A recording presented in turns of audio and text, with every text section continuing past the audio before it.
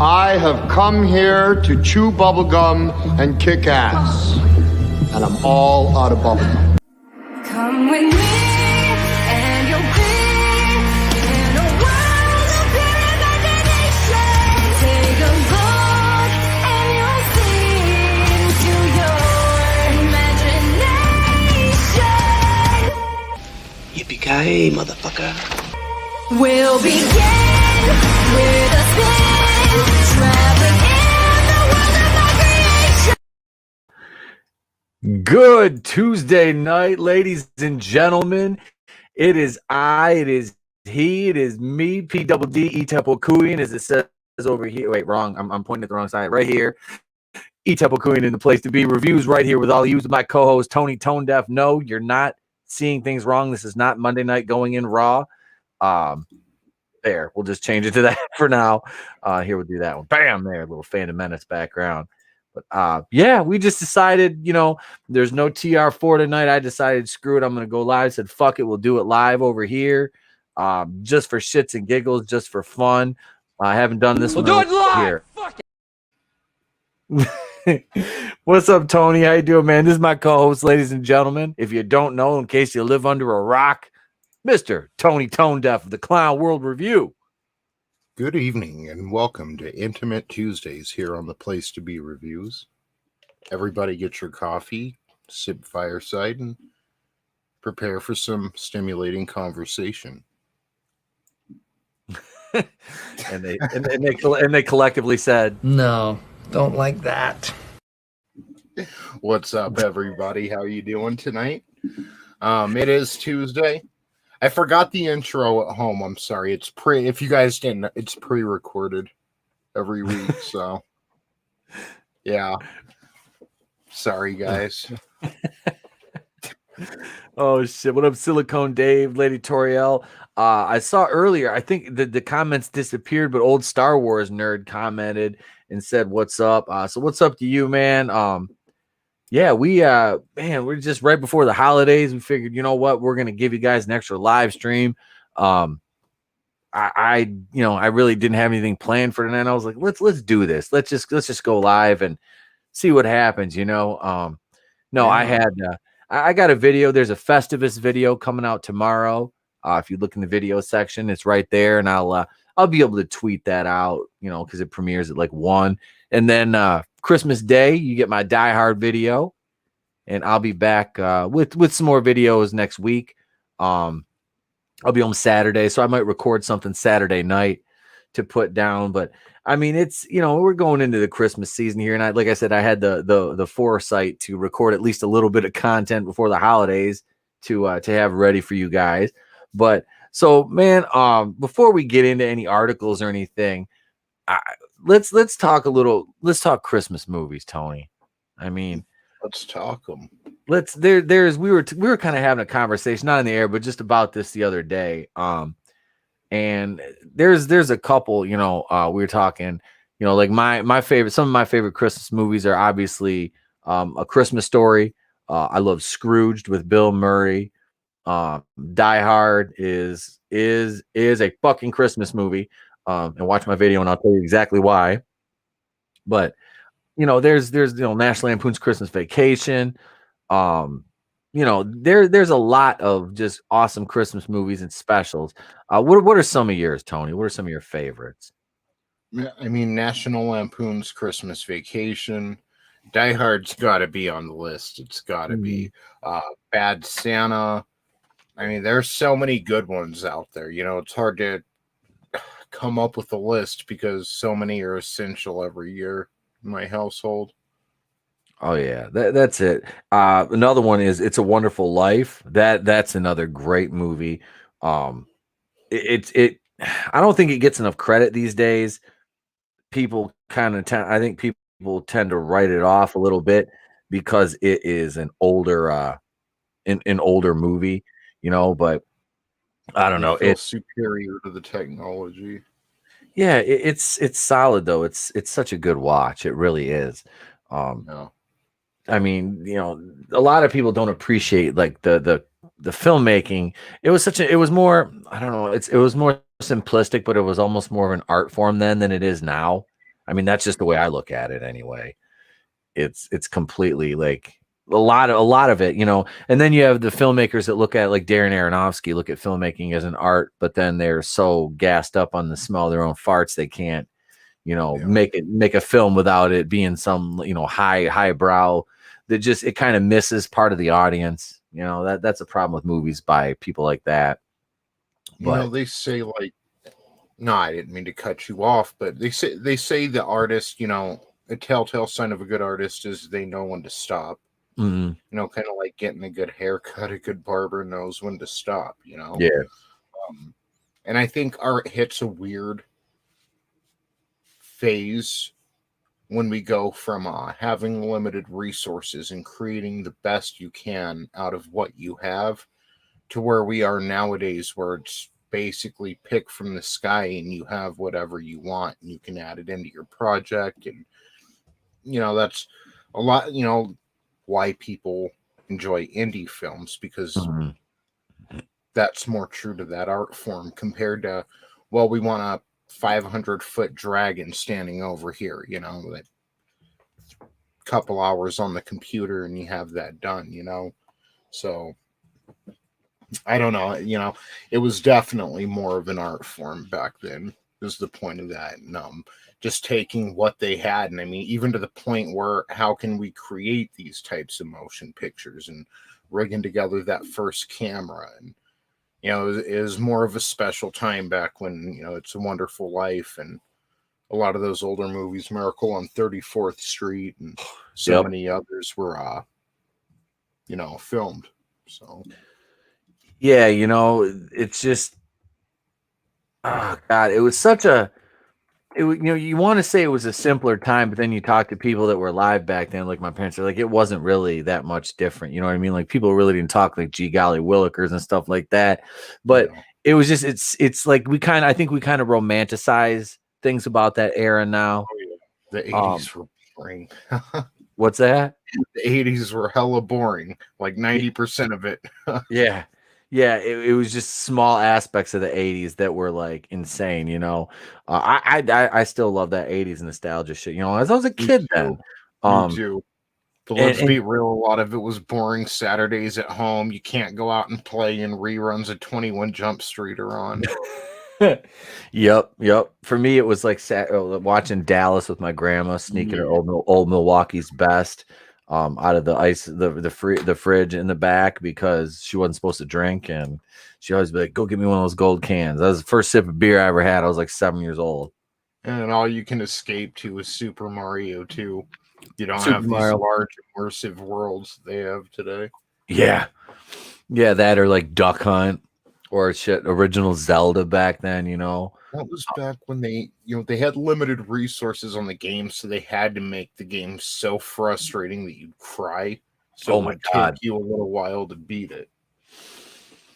Beating a game back then was so rewarding. It was ridiculously rewarding to beat a game. Like I was talking about, like when I beat Kung Fu, like I was so excited to beat that damn game. I was like, oh my God, like finally, like I played this for so long and I'm finally beating this stupid thing. Like, and now it's like, I can't wait to play that little 8-bit bastard again, you know. And the endings were nothing too. Like, yeah. The act of beating it that was so rewarding. Oh yeah, the ending was you got like one screen and that was it. It's like, congratulations, yay, boom, game's over. It's like, motherfucker. Yeah. You know, it was like winning the Super Bowl and Tecmo Bowl or Super Bowl, you know, Tecmo Super Bowl. It was like, what? Like that's it, you know? There's nothing to them. Yeah, man. And another we're back on the topic of like Christmas. We were talking about like Christmas specials, and I had some fond memories of the California Raisins Christmas special. Tony did not. Tony did not. Now, I like the California Raisins, but you can YouTube it. Go YouTube the Michael Jackson California Raisins commercial, and it's fine. He kind of looks like a turd as a raisin, but it's okay. He still looks like a raisin. And the entire commercial is fine. I remember being young, and we were actually, when I first saw this, we were on vacation with my grandma at Pismo Beach, California. So I was there in the state of California when I saw this commercial. Michael Jackson as a grape was fine, and it's all in claymation. You know, this is what, the late 80s, early 90s, but then it switches to where the entire commercial was a dream, and actual Michael Jackson, you know,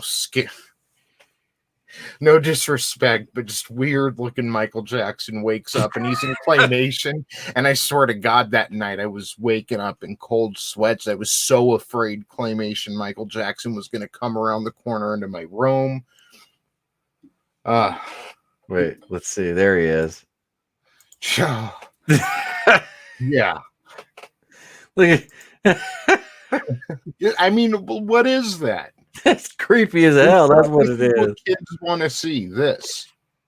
And see, you can see he looks like a turd right there in the grade. That's fine. He looks, you know, it's not an actual animate object, I think is what it is. So it's fine. He looks a little strange, whatever, but the human form just, that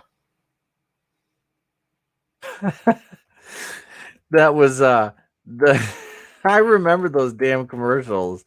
God, dude, that was fucking what, like I was telling you, I had that poster on my room in my bedroom, not the Michael Jackson one, but like it was just the California Raisins singing Heard Through the Grapevine. And it's like these damn raisins. Dude, that Christmas special though, that was look at this. I need to go back and watch it. Look at Strawberry throwing her panties on the stage. there they are. There's the raisins. Yeah, they were awesome. Here we go. Here's a Michael Jackson California raisin toy. Send that shit over to Sal. Sal, review this for the channel.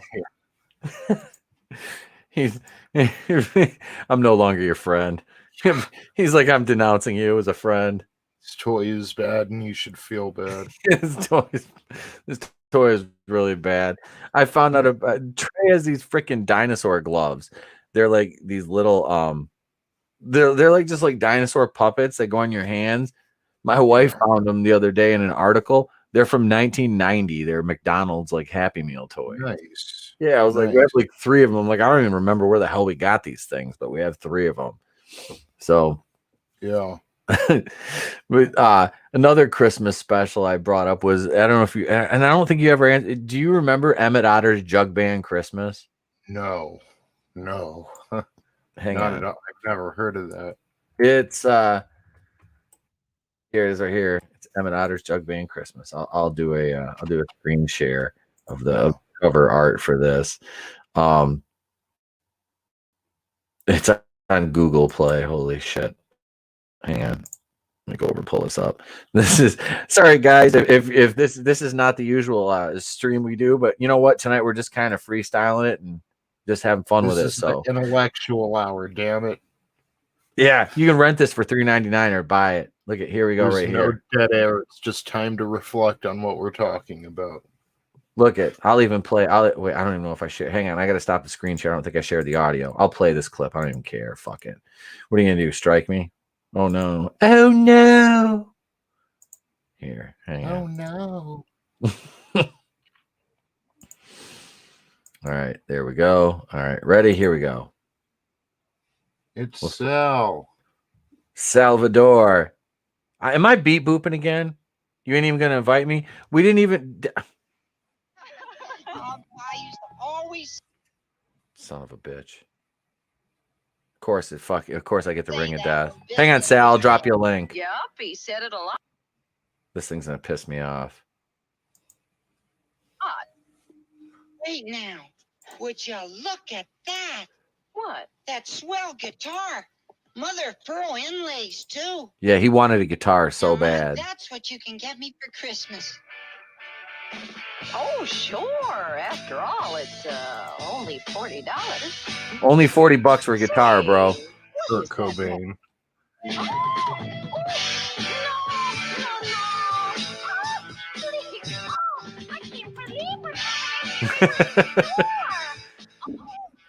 Seriously, Who dude. are they, This is Mom? magic. Beats me. Hooligan. Yeah. See, I miss this stuff, dude. I don't need CGI everything. Yeah. What you done? The fucking weasels in the guitar store tearing it up and shit, being dicks. Here you go. It ain't even height. They didn't want these things to roll. They Not Kermit the Frog. Not Kermit. Generic, not Kermit. Yeah, Chuck? Yes, not Fozzie. Everybody, Chuck's hungry. What about Rolf? Yeah.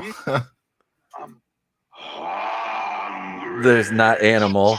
Same voice. Let's go inside.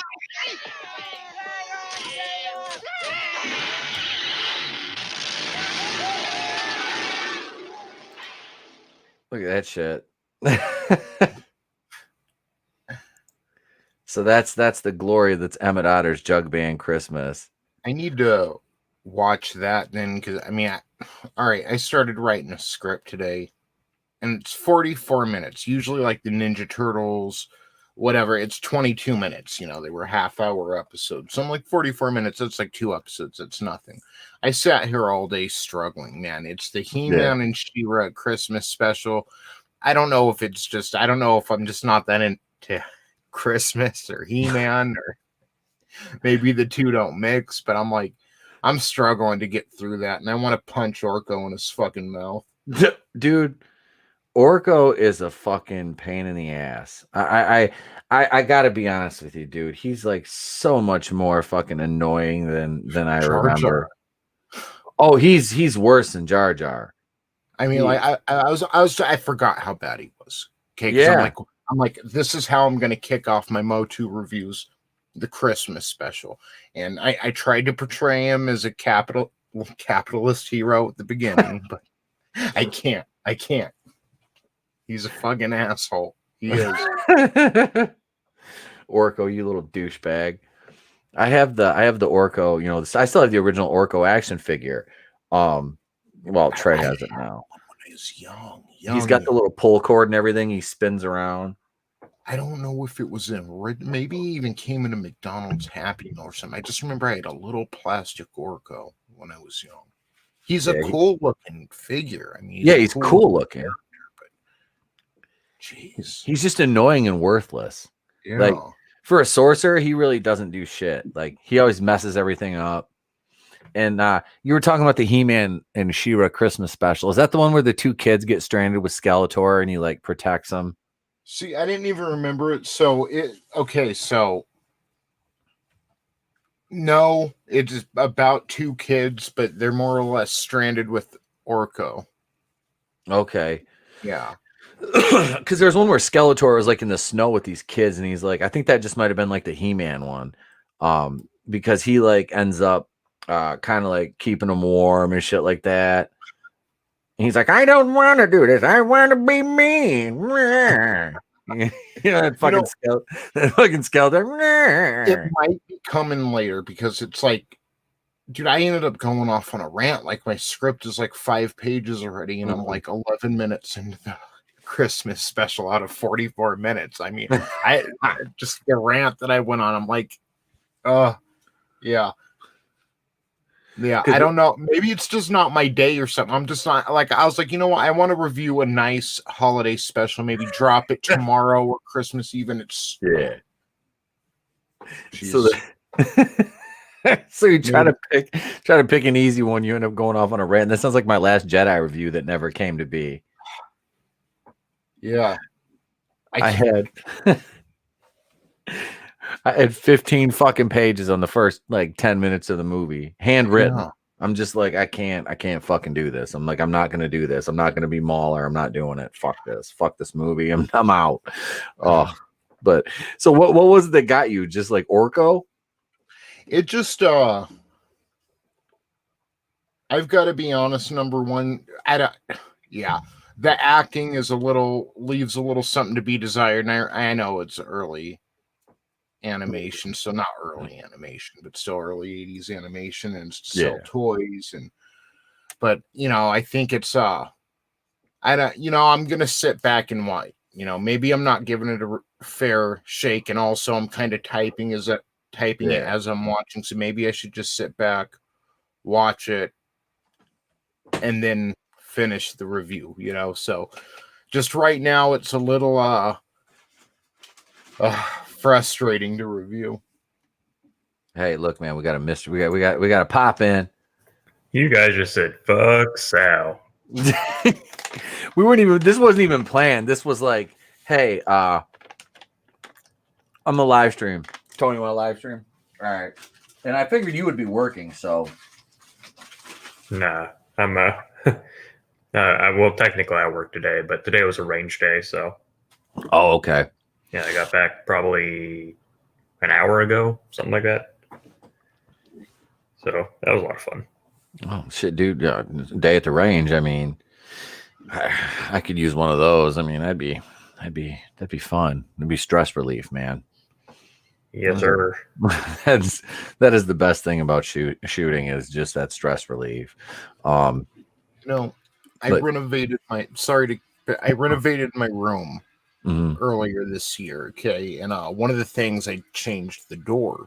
So I've had this door sitting outside of my house now for like 4 or 5 months. Like the next time I go shooting, I'm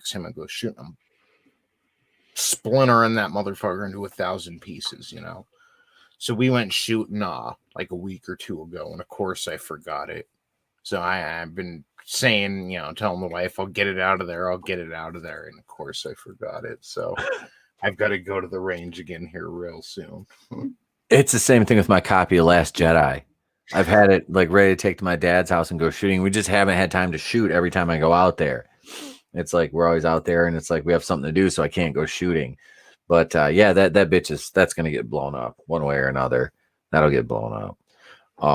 So we were talking about Sal, about Tony's experience. He had a rant moment when he was doing his Masters of the Universe Christmas special review. The F word.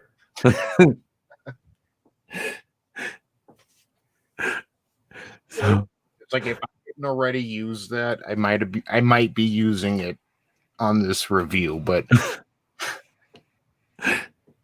what was it now? What happened? It's just like Orko's annoying. Like, I want to. He really is worse than Jar Jar Binks. And like, as a kid, so it makes me sit back and think, and I liked Orko as a kid, so it makes me think maybe there was something to Jar Jar. But then the kids, they see their parents pitching or whatever, and you want to be like dad, and so but maybe the kids would have liked Jar Jar if the adults didn't say it. I don't know. All I know is Orko was a lot more annoying than I remembered. I kind of hope him and the kids freeze to death, but they did find shelter. No, Skeletor, like, "Man, I'll save you. Come here." How the fuck was Skeletor out? And how is this motherfucker not cold? He is nothing but literally. I don't know how he's a jacked skeleton though. That just always threw me off. It was just like something that always concerned me. He has blue skin, but he's a skeleton. Yeah, and this is another thing, by the way, with a yellow face. He's got jaundice. You have an alien wizard who can cast spells, crash land on Earth on a spy satellite, and sits back and hears the story about Jesus Christ. And he's like, oh, that's nice. Like, he can walk on water. I can evaporate all the water off this planet right now. Like, I don't know. Orko is the devil. The guy that did Skeletor's voice, it's Alan something. I just looked it up a little while ago. He did I listened to a wonderful interview with him, and he talked about being in, I believe it was Mexico. Alan Oppenheimer. For a that reminds me of Seinfeld. Simon's Bennett Oppenheimer Taft. Simon's Bennett Oppenheimer Taft. Simon's Bennett Oppenheimer Taft. That's a deep cut right there if you get that one. But he was talking about being in a cab in Mexico, and he did the voice of, I believe, because he did so many different cartoon voices. He did Skeletor's voice, and the cab driver looked up, and the cab driver barely spoke any English, and he said Skeletor, and yeah, he says, dude, he goes, people all over like that voice. He goes, they just like, they get that. That would be so fucking. I love, like, I wish I could do a better Skeletor. Mine sounds like it. I don't know. It sounds like he's like, don't want to say autistic, but it sounds like he's got something wrong with him. He's Skeletor's a step slow in my universe. I don't even know what's going on over here. All I want to do is be evil. I wish Ultron would have had that voice. I don't care, man. I don't care. I love James Spader, but fucking James Spader was awesome because it was just James Spader. It wasn't even Ultron. It was just Robert California from The Office. Ultron was Bob Kosmakis. I'm gonna train geishas. Wait, what? Oh, dude, I just watched The Office, the classic Christmas the other day. Y'all remember that episode of The Office? Anybody? Are you guys like Office fans? Which one specifically is it? Is it the one with the white elephant and Michael buys the iPod? No. That was earlier on in the show. That was the gift exchange. And the classic Christmas is when Holly comes back from Nashua to fill in for Toby. When Toby takes his leave of absence because he's a juror in the Scranton Strangler trial. And Michael changes the whole Christmas party because Pam set it up. Remember, she was lied about being the office administrator. So she took over the party planning committee and scrapped it. But yeah, so she became they had this classy Christmas thing. And it was just, dude, like Michael was so like she had all the food out in the conference room. Michael threw it all away because it wasn't good enough because Holly was coming back. Then he found out she was engaged to AJ, and he took her. She had that Woody doll that AJ got her, and he covered it in like mustard and fucking ranch. But yeah, and I think that's the one where Dwight takes the snow, builds all the snowmen. Remember, Jim hits him with the snow. That's one of my favorite storylines in that, because Jim is kind of a dick. Like, I don't care the Jim and Pam romance thing. Take that shit out of it. Jim was kind of a dick. Like, he tortured Dwight. Dwight was kind of an asshole though. So I mean, he kind of had it coming, but Jim just like went over and above and like tortured him. So when Jim hit Dwight with that snowball in the face, and then, Dwight challenged him to a snowball fight, the first real snowfall of the year. And he fucking had him down on the ground, pelting him with snowballs and busted his lip up. And then after the Christmas party, Jim and Pam left. And there's all those snowmen in the parking lot because Dwight popped out of that snowman. Jim's all scared of him. And he's hitting him, knocking him down with his umbrella. And fucking Dwight just on the roof laughing at him. He's like, what do you say? He's like, maybe fear was the greatest Christmas present of all, or some shit like that. Or snowball. He goes, maybe the greatest snowball of all was really fear. He's like, Merry Christmas. I'm like, holy shit, dude. Dwight the cerebral assassin. But I love that episode. I just loved seeing Jim get his comeuppance. Lady Toriel, I'm gonna watch Wonder Woman Christmas Day. Maybe if it'll let me watch it New or Christmas Eve, I don't know, but I think I'm gonna review it. So, yeah. Sorry, I didn't mean to change the subject. No, I'm gonna buy it on my in-laws pay-per-view and surprise them when I leave, and they've got a bill for Wonder Woman on their pay-per-view. I'm just gonna do the free trial to HBO Max if they're offering it or whatever. I don't know if they are right now, but if they are, they're not. Probably because they're releasing these movies and shit. They don't want to give away. That's I remember hearing about them taking away their week-long trial for Christmas because they want people to pay for the movies.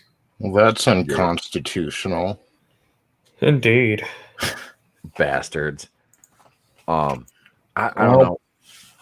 It's like I could pay $20 to rent it, right? Or I could like sign up for HBO Max for a month or something and check it. I still haven't checked it out. So I mean, it's South Park, if anything, but I want to see it. I do. I'm not going to lie. I'm still interested in it. I did watch the blonde weirdo's review, her spoiler review of it the other day. Hello, welcome. Race. We'll just call her Race Grandolph. My wife heard her voice once. Like, what the F is that? I'm like, I don't know why I'm watching. Mine did the same thing. I was watching one of her videos, and I was like, I would disagree with her. I'd be like, bitch, and she's like, what are you yelling at your phone? I'm like, no, I'm yelling at Grace Randolph. I'm like, she's an idiot. Toriel says, I have HBO Max. I'm good. Yeah, you are. Absolutely. Are you reviewing that for your channel, Editorio? Is that something that you're gonna review for your channel? Sal's distracting me over here with fucking pictures. God damn it, Sal. And Editorio said she's gonna do an in-depth 2-hour introspective. Oh shit. Sorry, Sal, I didn't mean to cut you. No, it's fine. For everyone's listening, yes, I'm distracting Pete with photos, but I got the chrome on my dick that looks so great. It looks like R2D2's head, so I wanted to show it off. I was listening back to the very first live stream we did. Oh god. Yeah, it was myself, MJ, Adam, and Cody, and it was funny because we had there was something like that came up. I mean, there was a reference to this Twitter account that everybody should follow called Darth Vader's charred disembodied phallus. Like multiple references to that. It was that, and just like, dude, there were so many things that like we talked about on that show. Like it was like all about like Terminator Dark Fate and Jesus, dude. Yeah, I got kicked off the stream for like 15 minutes. Back when I was streaming on Wi-Fi. Yeah, the old days of those routers. That was back. Google Hangouts was still around back then, wasn't it? That was Google Hangouts. Oh my god, that feels like years ago, and it's only been one. It's been just over a year and a half, man. Because that was like July of 2019, and that was episode 41 and a half. We called it. Oof. Because we were still doing Anchor, and then we'd go live. Yeah, we'd start going live after we did the Anchor show. Yeah, I remember those Anchor days. Oh, Anchor was rough to deal with three, because we'd have like three or four people on Anchor, and it was a bear to navigate. And I thought Google Hangouts was tough. Mm-hmm. But man, it wasn't Anchor like you could only stream for like 3 hours before it would just cut off, but it wouldn't tell you that it cut off. Yep, we lost like an hour with Cody. We went for like 4.5, almost 5 hours. And it cut off, and I was like, holy shit. So he came back on the next night, and we did another hour or two. But yeah, that was, God, I think the first we had that shit. That's back when like Tap was on the podcast. Adam, this is, like I said, this is Sal. I think you were on Anchor a couple times, weren't you? I honestly cannot remember. I'd have to go back. I haven't even looked at those. Yeah, all I remember is let's see, back in the day it was like you, me, Adam, MJ, Cody, LMP, Tap and Die, fucking the fairy book guy. Whatever his fucking name was. Elves, you sounded with elves. Yeah, elves, the elf book guy. Whatever the fucking human wart, whatever his name was. Yeah. All I'm saying is that I'm Highlander in this situation, all right, because I'm still here. Yep. I can't remember who was on the one night. Sal's like, you're just there because you're keeping my fucking seat warm. I'm like, oh my god. Oh yeah, that was that fucking shellback douchebag. Fucking. I came in the chat and I dropped my usual Zoidberg. This stream is bad and you should feel bad. And he's like, there's some guy talking shit in the chat. And I was like, dude, shut your fucking mouth. You're just keeping my seat warm. Yeah, I was like, oh. Because I knew as soon as he said that, I looked down. I'm like, oh shit, that's Sal. I'm like, yeah, I got a wrench next to my name. Who the fuck do you think I am? I know. Your name's been blue for a year. And not just that, but when you have a chrome ass, a warm seat doesn't even matter. So you're just obsolete, bro. That's right. You think I'm chrome, bitch? I'm good. Doesn't matter how warm that seat is. Crack that porcelain. That's right. I like to paint that porcelain usually, but I hear you like to paint houses. I hear you paint houses, Frank. Yeah. How's the audio for me, by the way? I'm in a different spot in my apartment than I normally am. I mean, it's a little echoey, but you sound fine. You're clear. Okay. You know what I mean? Yeah, I was already in my bedroom, and I was like, oh, just go grab my microphone. I didn't want to move everything back over to my office because I was editing videos. And I like to lay down when I edit because I'm comfy. If I did that, I'd fall asleep. I fell asleep in here editing that one night. I was trying to pull the clip off the fucking live stream, the Spider-Man segment. I passed out of my keyboard because it took so long for some reason. Lady Toriel says, I feel blessed. My first live stream has 108 views. I fell over. Well, congratulations, miss. That's awesome. Hell Oh, yeah. It's Hell awesome. yeah. It's not easy being it's your first day on the internet over there, is it, Tony, with that mic bouncing all over the place? Is that me? Is that Sal or Tony? I don't know. I don't know whose mic. That was me. I think. Yeah, I was hitting my my microphone. I don't know what's up with it. Like I did my live stream a week ago, something like that. Yeah. And it was like super hot. Like anytime I like touched anything, like it just like reverberated through my microphone. And I think it's my my cord. Is there a gain? Well, I mean, I know you know about that. I mean, yeah, maybe the ground is shorted out or something on it. I mean, it's possible. It's I've had this microphone now for 2 years, I think. So, because I got it, actually, I bought it because I was going to my first live stream, which was with Jeff for his Veterans Day stream. And I was like, oh, I need to have a good mic because I didn't want to use like some shitty headphones or something. So I bought this mic and I've been using it ever since. So I don't know. It's possible maybe something's gone bad in it. I could probably just replace the USB cable and that'll probably fix it. That, or maybe like if it's a condenser, then it has the active magnet, so maybe like a wire on there shorted out or something. It's making it It could. I mean, it's a Yeti, so yeah. So who knows? Oh, I'm sorry. Who knows? Do either of you guys follow the Punchline comic books? That chick that when she kind of went from being like, a fan to being like Joker's like henchwoman and love interest in the books. I never heard of them. No, because they're talking about Warner Brothers developing HBO Max series based on Batman villain Punchline. Yeah, what could possibly go wrong?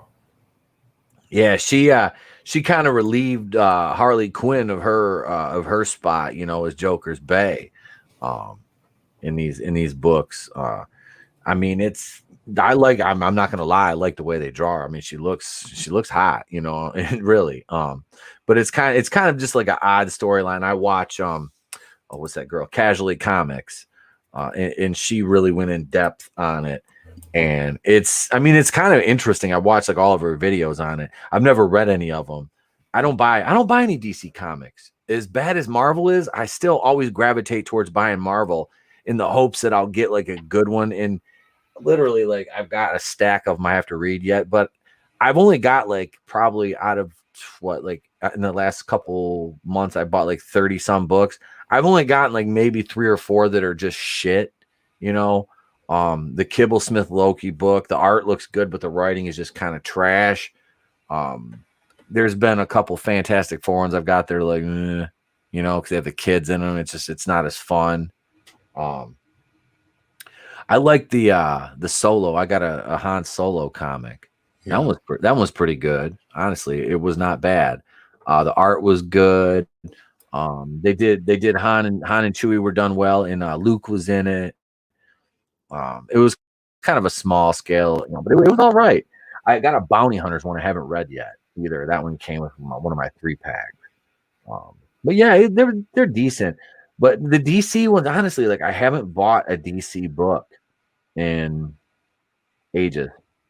I haven't, and it sucks too because like I see some of the names. Like I just got a Venom comic, and then fucking Donny Cates is named on. You know what I mean? And it's like Donny Cates is like the guy that said, basically if you're a comic skate or whatever, you can just eat a bag of pre-FDs, and it's like, I don't want to support you, but I like Venom. You know what I mean? So it's tough. That other asshat, Dan Slott, I'd never seen him before. Dude blocked me on Twitter. I'd never seen him before.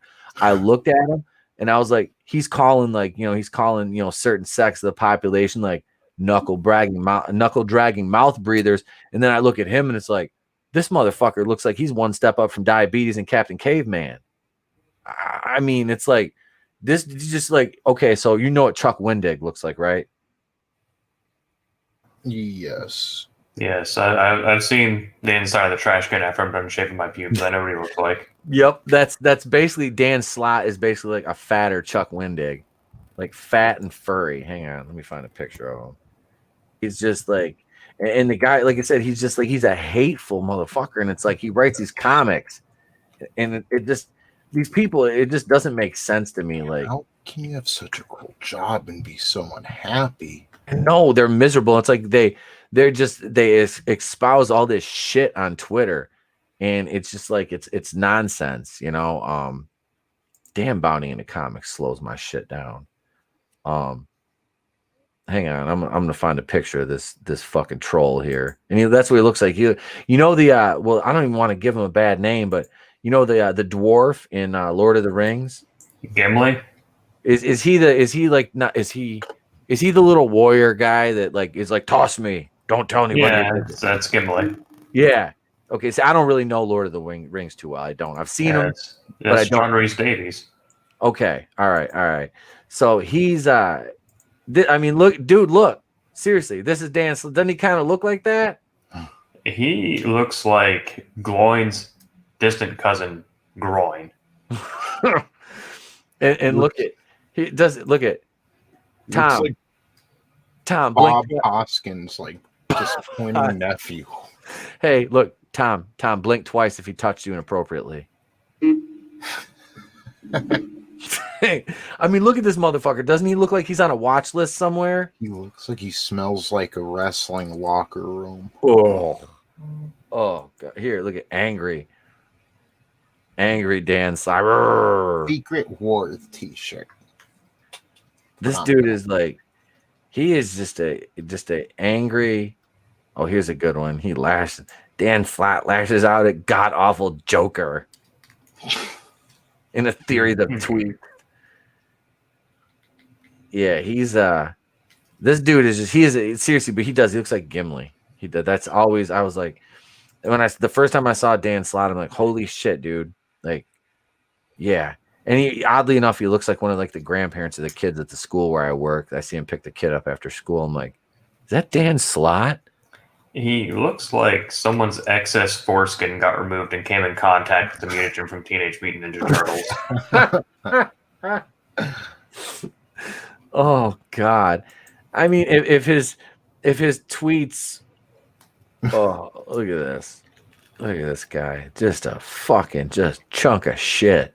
Like, and this is the kind of person that calls people like us like incels, and it's like, dude, you haven't probably touched a female, and like that didn't end in a restraining order or you getting maced in like years. I mean, the last time I'm sure he tried to touch a woman, the last thing he heard was, why don't you have a seat? Why don't you sit down? What's in the bag? I mean, fuck this guy. Like, the problem with these people though, man, they're all like casting their weird hang-ups and curious and they're projecting. Yeah, that's it, man. They're just projecting all their bullshit onto everybody else, and it ruins entertainment. And that was another thing we were talking about, was directors on that episode of the podcast. That old one was in particular, of course, Rian Johnson, but a little bit, I think it was Tim Miller too, because Dark Fate was, the trailer had dropped for Dark Fate and the images and everything, and the initial, and like I said, I feel bad for Mackenzie Davis because she seems like a lovely person, and I say that not just because I have an odd attraction to her, but it's just that she was in two shitty movies in 2019. It was The Turning, and then Dark Fate. And after Blade Runner 2049, that's kind of like a step down, because The Turning got horrible reviews too. Just due to basically it having like no ending, like none. It just cut off, and there was like no like conclusion. You know what I mean? So like The Sopranos. Oh, don't even get me started on The Sopranos. That pissed me off. Well, they're doing a prequel series now. What is that? Oh God. Something about I can't think of the name of it. But they're doing a Sopranos prequel series. And I mean, part of me is like, okay, but then I think Gandolfini's son is playing Tony or something like that. Mm-hmm. Is that what it is, Sal?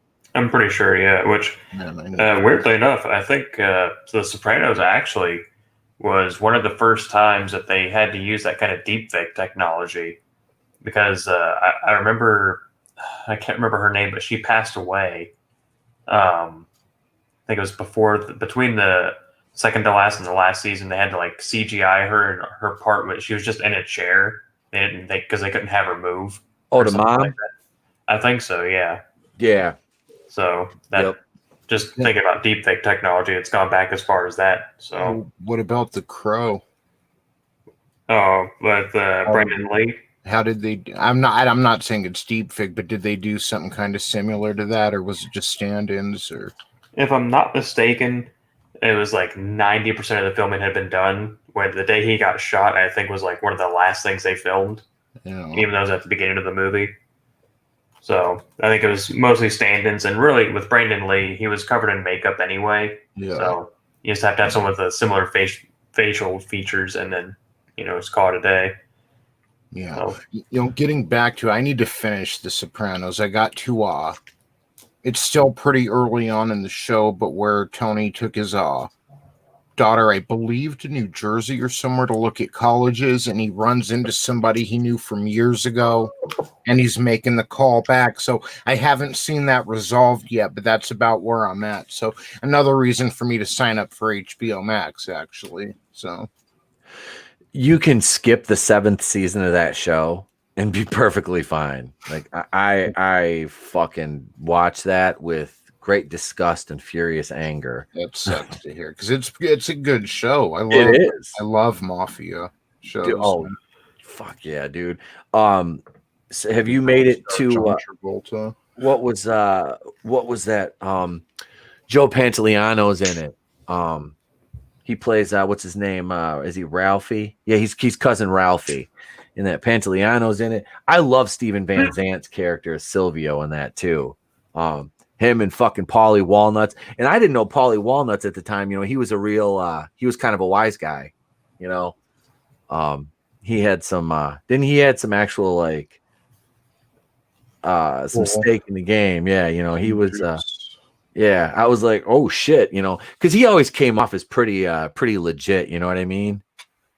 No. He did. He looked like it was like this guy,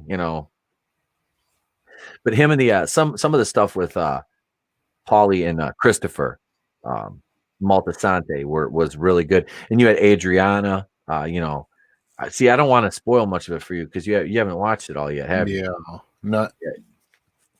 Yeah, there's so much shit that fucking goes on in that show. Oh my God. I'm excited. I think I'm gonna sign up for HBO Max. Because Wonder Woman's coming out in 3 days anyway, so I think I'm gonna sign up and start watching The Sopranos again. I love that kind of stuff, man. Like I'm from I don't just live in Las Vegas, I'm from Las Vegas. I was here in the early 80s. I mean, a lot of that stuff, it sounds dumb, but it's the history of my hometown, Yeah. Oh, absolutely, man. Let's hang on one second. Let me acknowledge the chat here. Lady Toriel has guys. I have to go. Would love to come on sometime. Thanks for the link. Have a wonderful holiday. Good journey, Lady Toriel. You are. We'll talk after the holidays, and we'll get you on to a show here. Absolutely. You have a wonderful evening. I know you probably got to go to work, so you have a great night at work. Be safe, and have a wonderful holiday season. Thank you for listening. We enjoy it. And Admiral Tiberius in the house is crab rangoon. I had some crab rangoons last night, bro. I did. I had Thai food. I had to get to. Oh, of course, I got my crab rangoon. You fucking kidding me? Shits are delicious. Dude, you were talking about being from Vegas. Casino, man. That movie.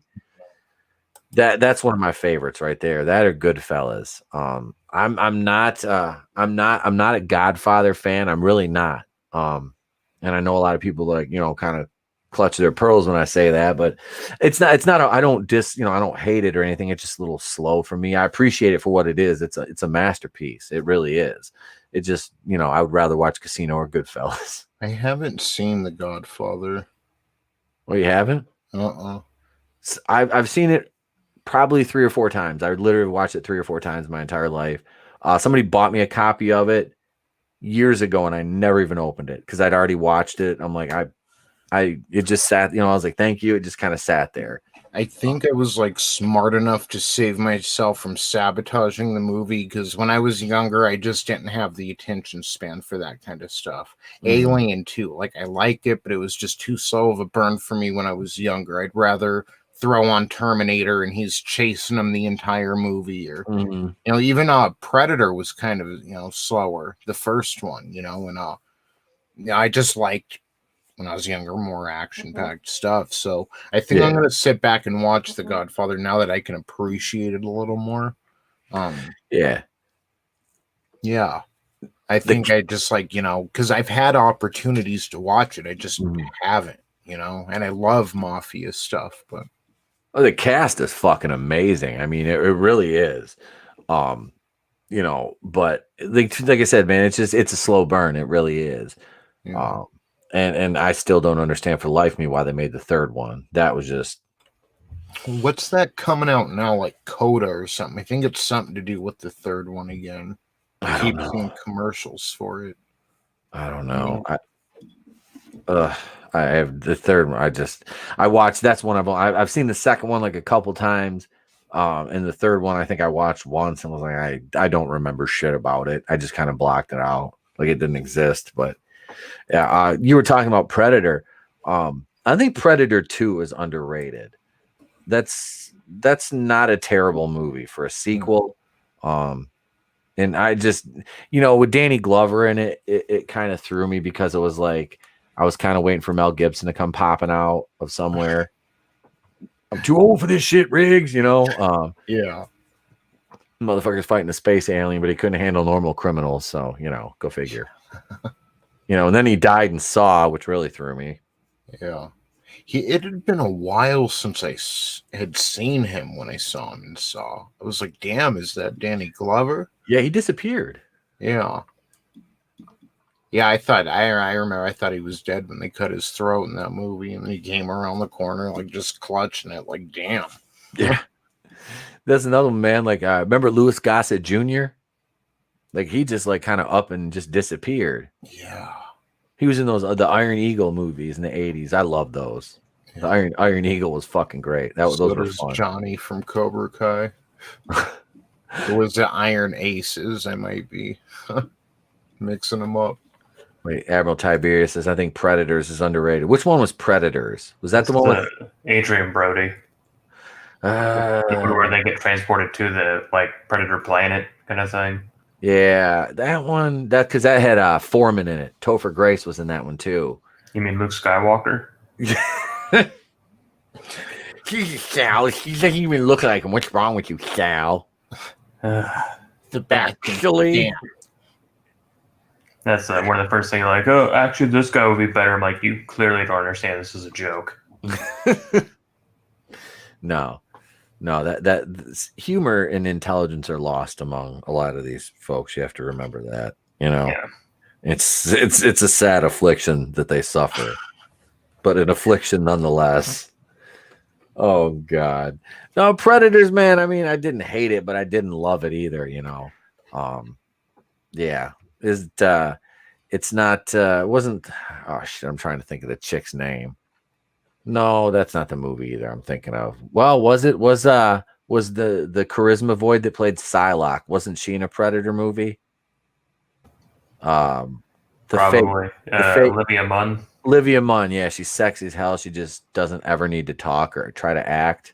Mm-hmm. Like she looks smoking in the Psylocke outfit, But I mean, yeah, I mean, most women would, with certain physical limitations understood. Yeah. Let's preface that by saying, there's a certain body type that needs to happen for that outfit to work. Which that's as someone who does cosplay at conventions and all that, there's this huge body positivity, like don't be a hater. People go cosplay with it. I'm like, I really don't want to see a 400-pound man cosplay as Poison Ivy. Yeah. Sorry, but I don't know. Like, What is wrong with you? Yeah, like you're just being a hater, and I'm like, no, I have to fucking look at this. Like, Yeah. it's not like it's on the internet and I can just not look it up. It's like I'm walking around the convention floor and there's this fucking land blubber just fucking walking around in something way too small. Yeah. Yeah, I'll pass on that, please. Let's not do that if we can avoid it. I'm all for lifting people up and everything, but have some dignity. Yeah, man, that I understand. And it's funny too, a couple of those Marvel books I got, they're advertising for that goddamn body positivity comic Faith. Remember that? Oh yeah. Melissa McCarthy, Faith. I remember that. Yeah. You know what I was thinking about? Like, it's just speaking about things disappearing, like Louis Gossett Jr. That puppet movie she did a couple years ago, like that fucking disappeared. There's that dark puppet movie, but they use like Jim Henson Studio. Exactly. See, you don't even remember it. Like that shit disappeared. I don't see it on TV or like nothing. What the fuck was that called? Damn, dude. Like, talk about like just disappearing from the lexicon. Was that Dead Silence? No. That's the horror movie.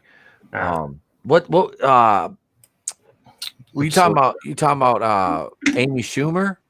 Melissa McCarthy puppet movie. Yeah, I don't even remember. I don't remember the name. The Happy Time Murders. Happy Time Murders. Yeah. Happy Time Murders. Yeah, that's right. Because they're just 2 years ago.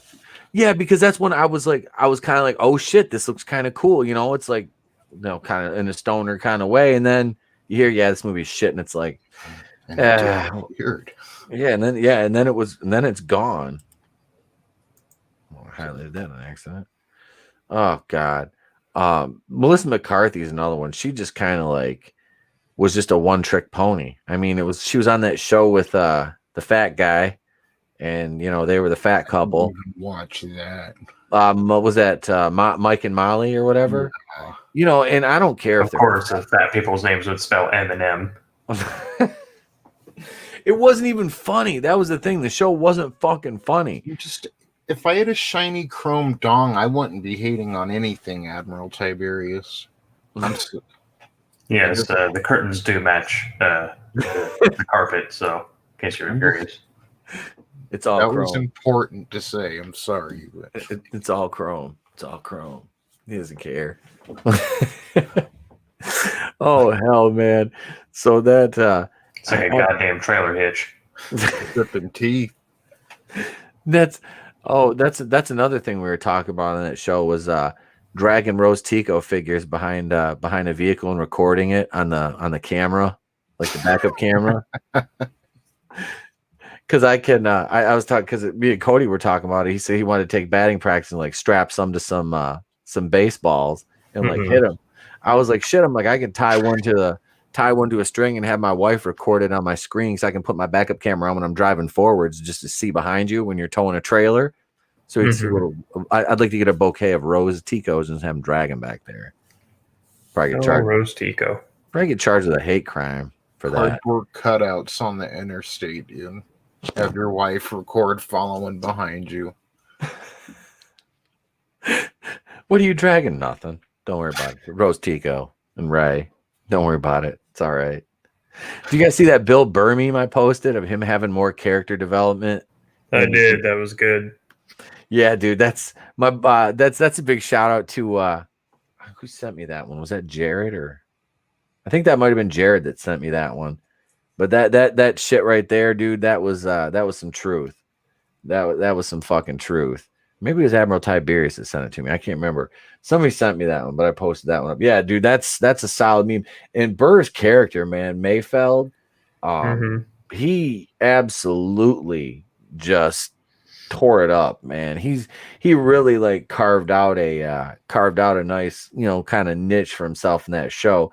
And I actually think that I mean, do you think, can you see him joining up with Boba Fett's gang in the Book of Boba Fett show? That'd be kind of tight. I think him and Fennec Shad together. Yeah, I mean that could be cool. I just hope he comes back in some form or fashion at all. Yeah, Like, I don't care really for the rest of his crew that got arrested with him, like Berg and all Yeah. them. Especially the chick with the knives. I thought she was a little just cringy. the Twi'lek. Yeah, this is coming from someone who loves Twi'leks, but Mm-hmm. just her. I don't know. She seemed very juvenile. So Mm-hmm. Yeah, I don't need anybody else out of that crew back except for him. I mean, let's be honest, he was the only one that really mattered anyway. You know, the rest of them are very forgettable. I mean, unless you have a Twi'lek fetish, you know, which and I do. you do. But I've seen Game of Thrones. I know what the goods look like, and you're not missing anything. Oh, she was on Game of Thrones. Mm-hmm. All She was right. also in Harry Potter.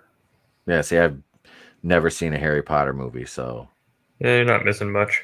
yeah, that's everybody's like, you gotta watch. I'm like, I don't think I'm gonna watch them. I feel like the old man captain. You gotta watch the Harry Potter movies. No, I don't think I will. I kind of like. I liked the first two because they were like directed by Christopher Columbus, and they kind of had that magic to them, just like that Mhm. magic filmmaking. But then it just turns dark and just gets weird from there, Yeah, like well, film wise. the books get progressively not. I wouldn't say darker, but they get more adult as they go along because Harry gets older.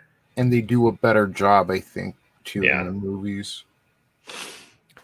Is that what's it? J.K. Rowling? Mhm.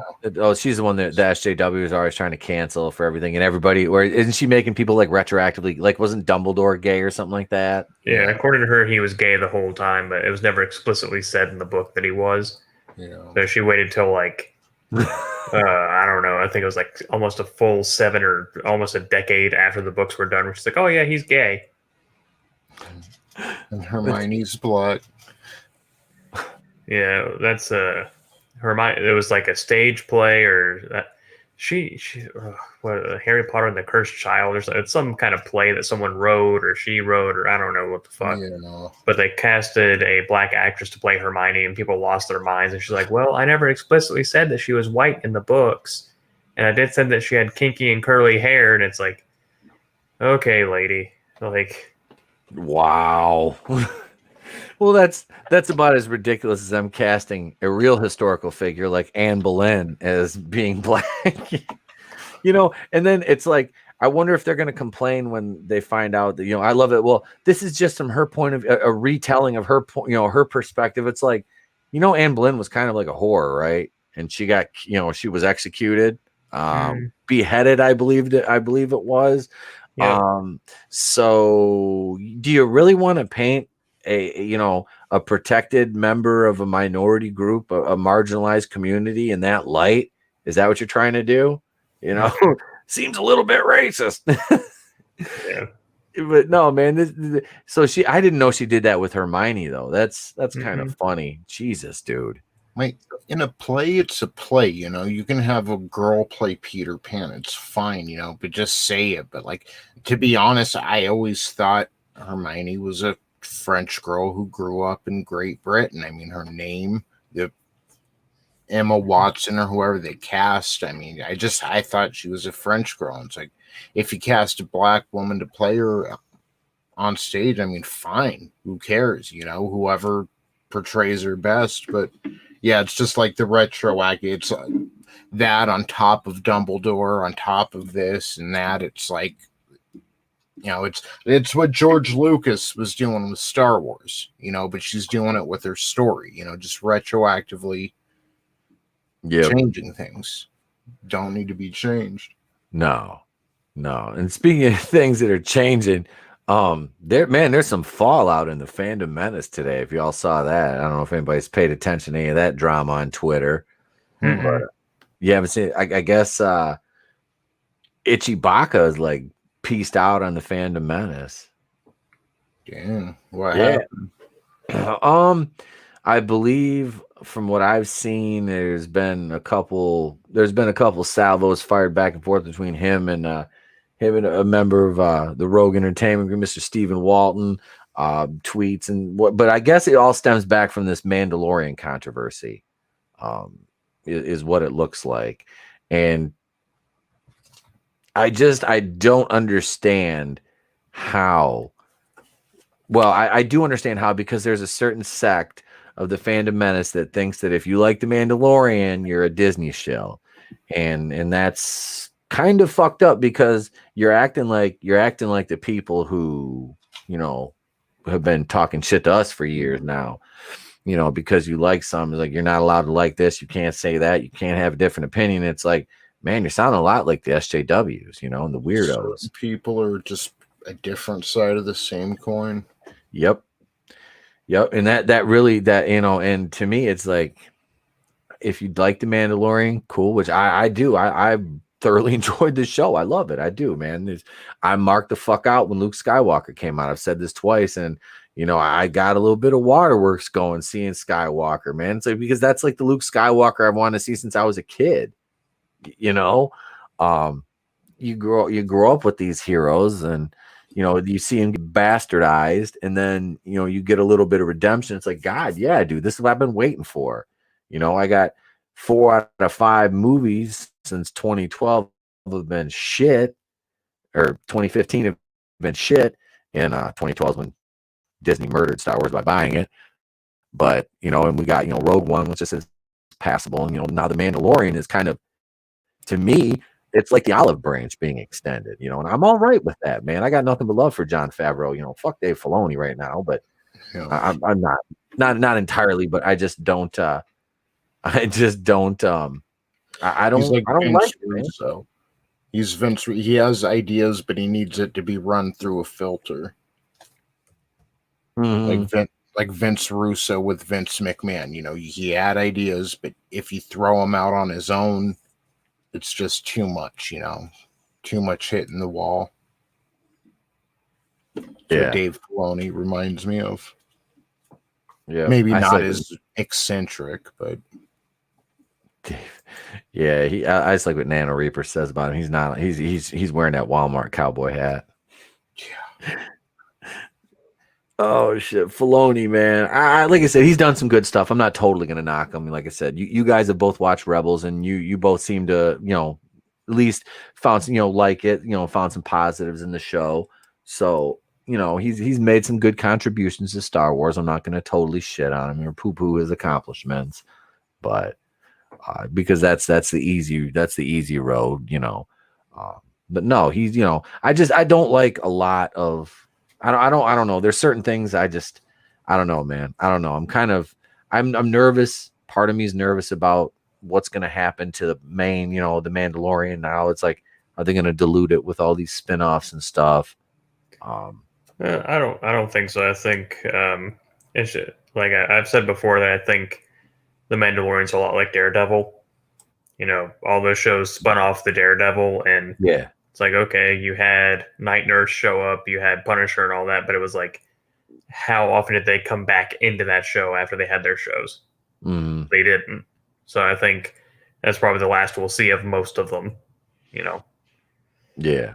At least once their shows launch, because people are acting like this. The 10 shows that got announced are like coming out next month or something. It's like over the next, I think, 5 years or something like that. Yeah.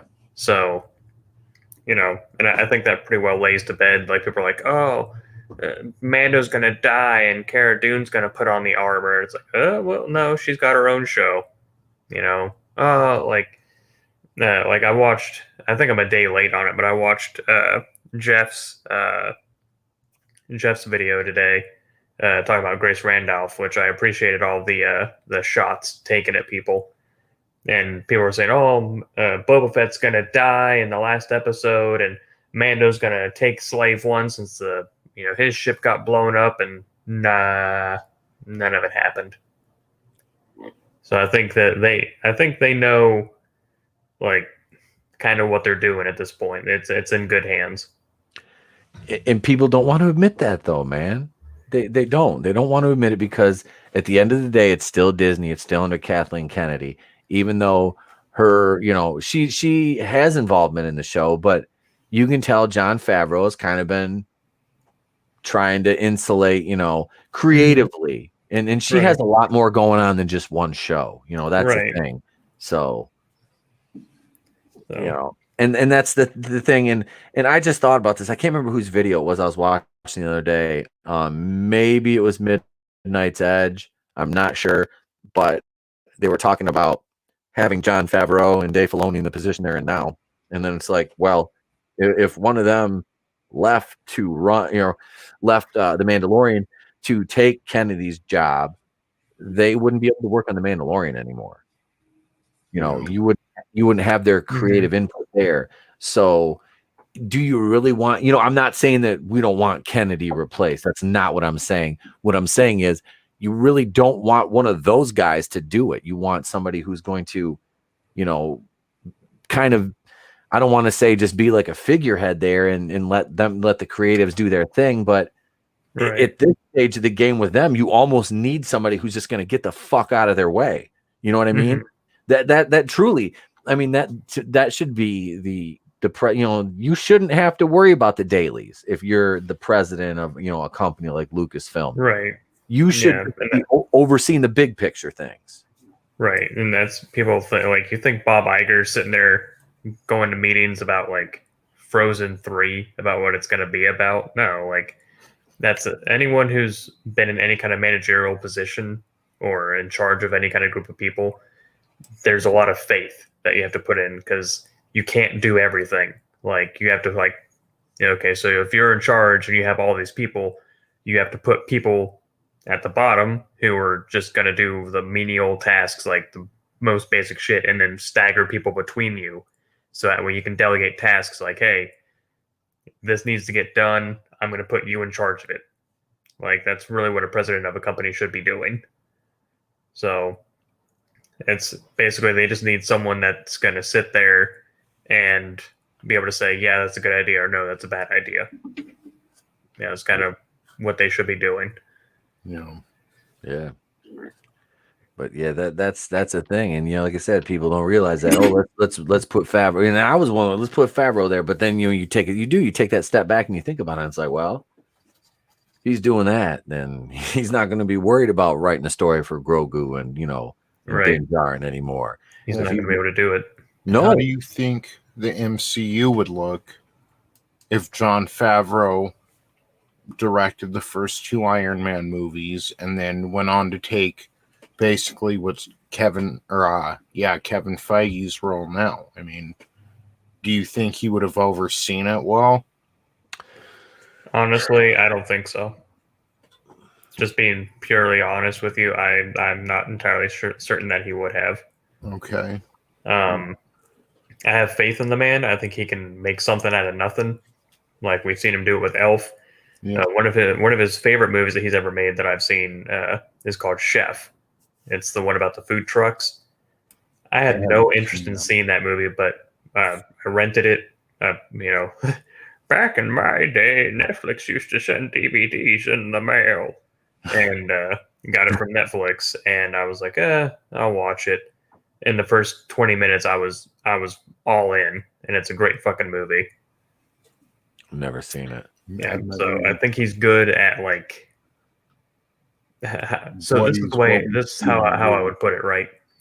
He's good at creating art and being an artist, but he would not be the one to organize an art show and an art gallery. You know what I mean? Mm-hmm. Like, I think that's kind of, you need someone who's good at like the business kind of side of things to run the business, and then let the creatives be the creatives. Yeah. Okay. Yep. So maybe 5 years from now, like when the Mando's done, sorry, my phone's vibrating. Let me put it on Do Not Disturb. Blink. Sorry about that. Sorry. Right. Again, I'm still in my apartment. I'm just in a different part of it. Because I'm being lazy and wanted to lay down. We're in bed with Salvador, ladies and gentlemen. That's right. You're in bed with Salvador. Come on. Come on, snuggle up. Let's share this warmth.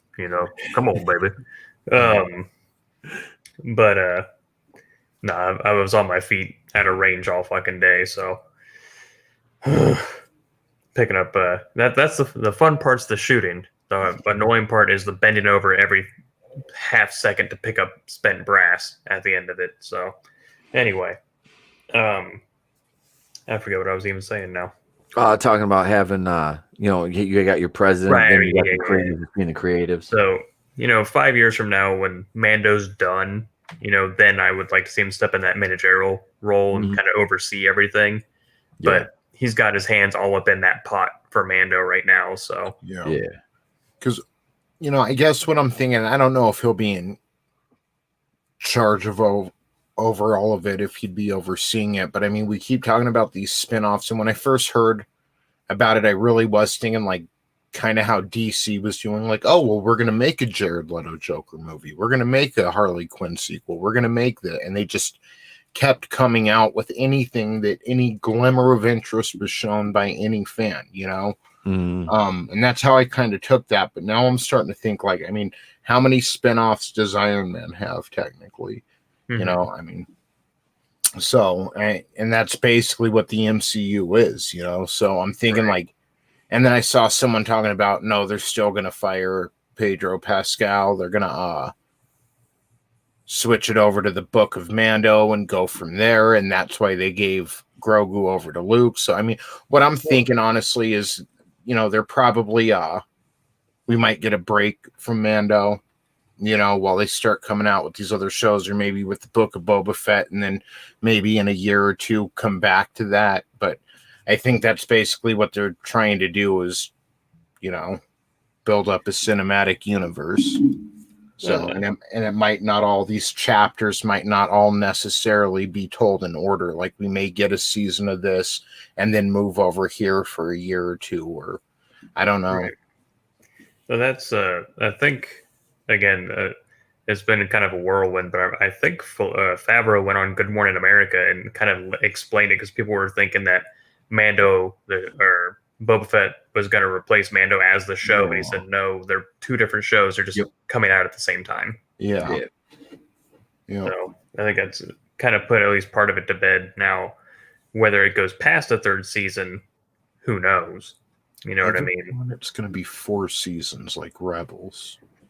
It could be. I mean, that's the thing. I feel like we're entering this this time, or I guess this place in pop culture where people are understanding that they can't really outstay their welcome. You know what I mean? Like they're shortening shows, or they're canceling them prematurely, because otherwise we end up with things like Game of Thrones, or it's just something that goes on for a decade, and then people are like, can we, there's no possible payoff that they could have that could live up to the expectations that people have made.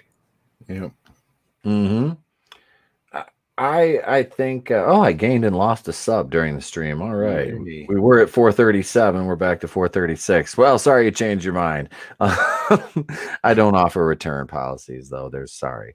But no, I think you look at it like, how many seasons do you need of The Mandalorian? I mean, you could go 5 solid seasons and end it. Don't let it overstay its welcome.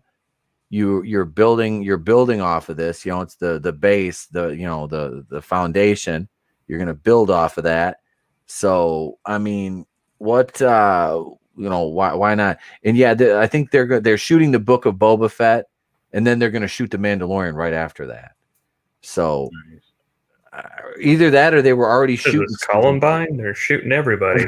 I think it's the Trenchcoat Mafia, man. Settle down over there.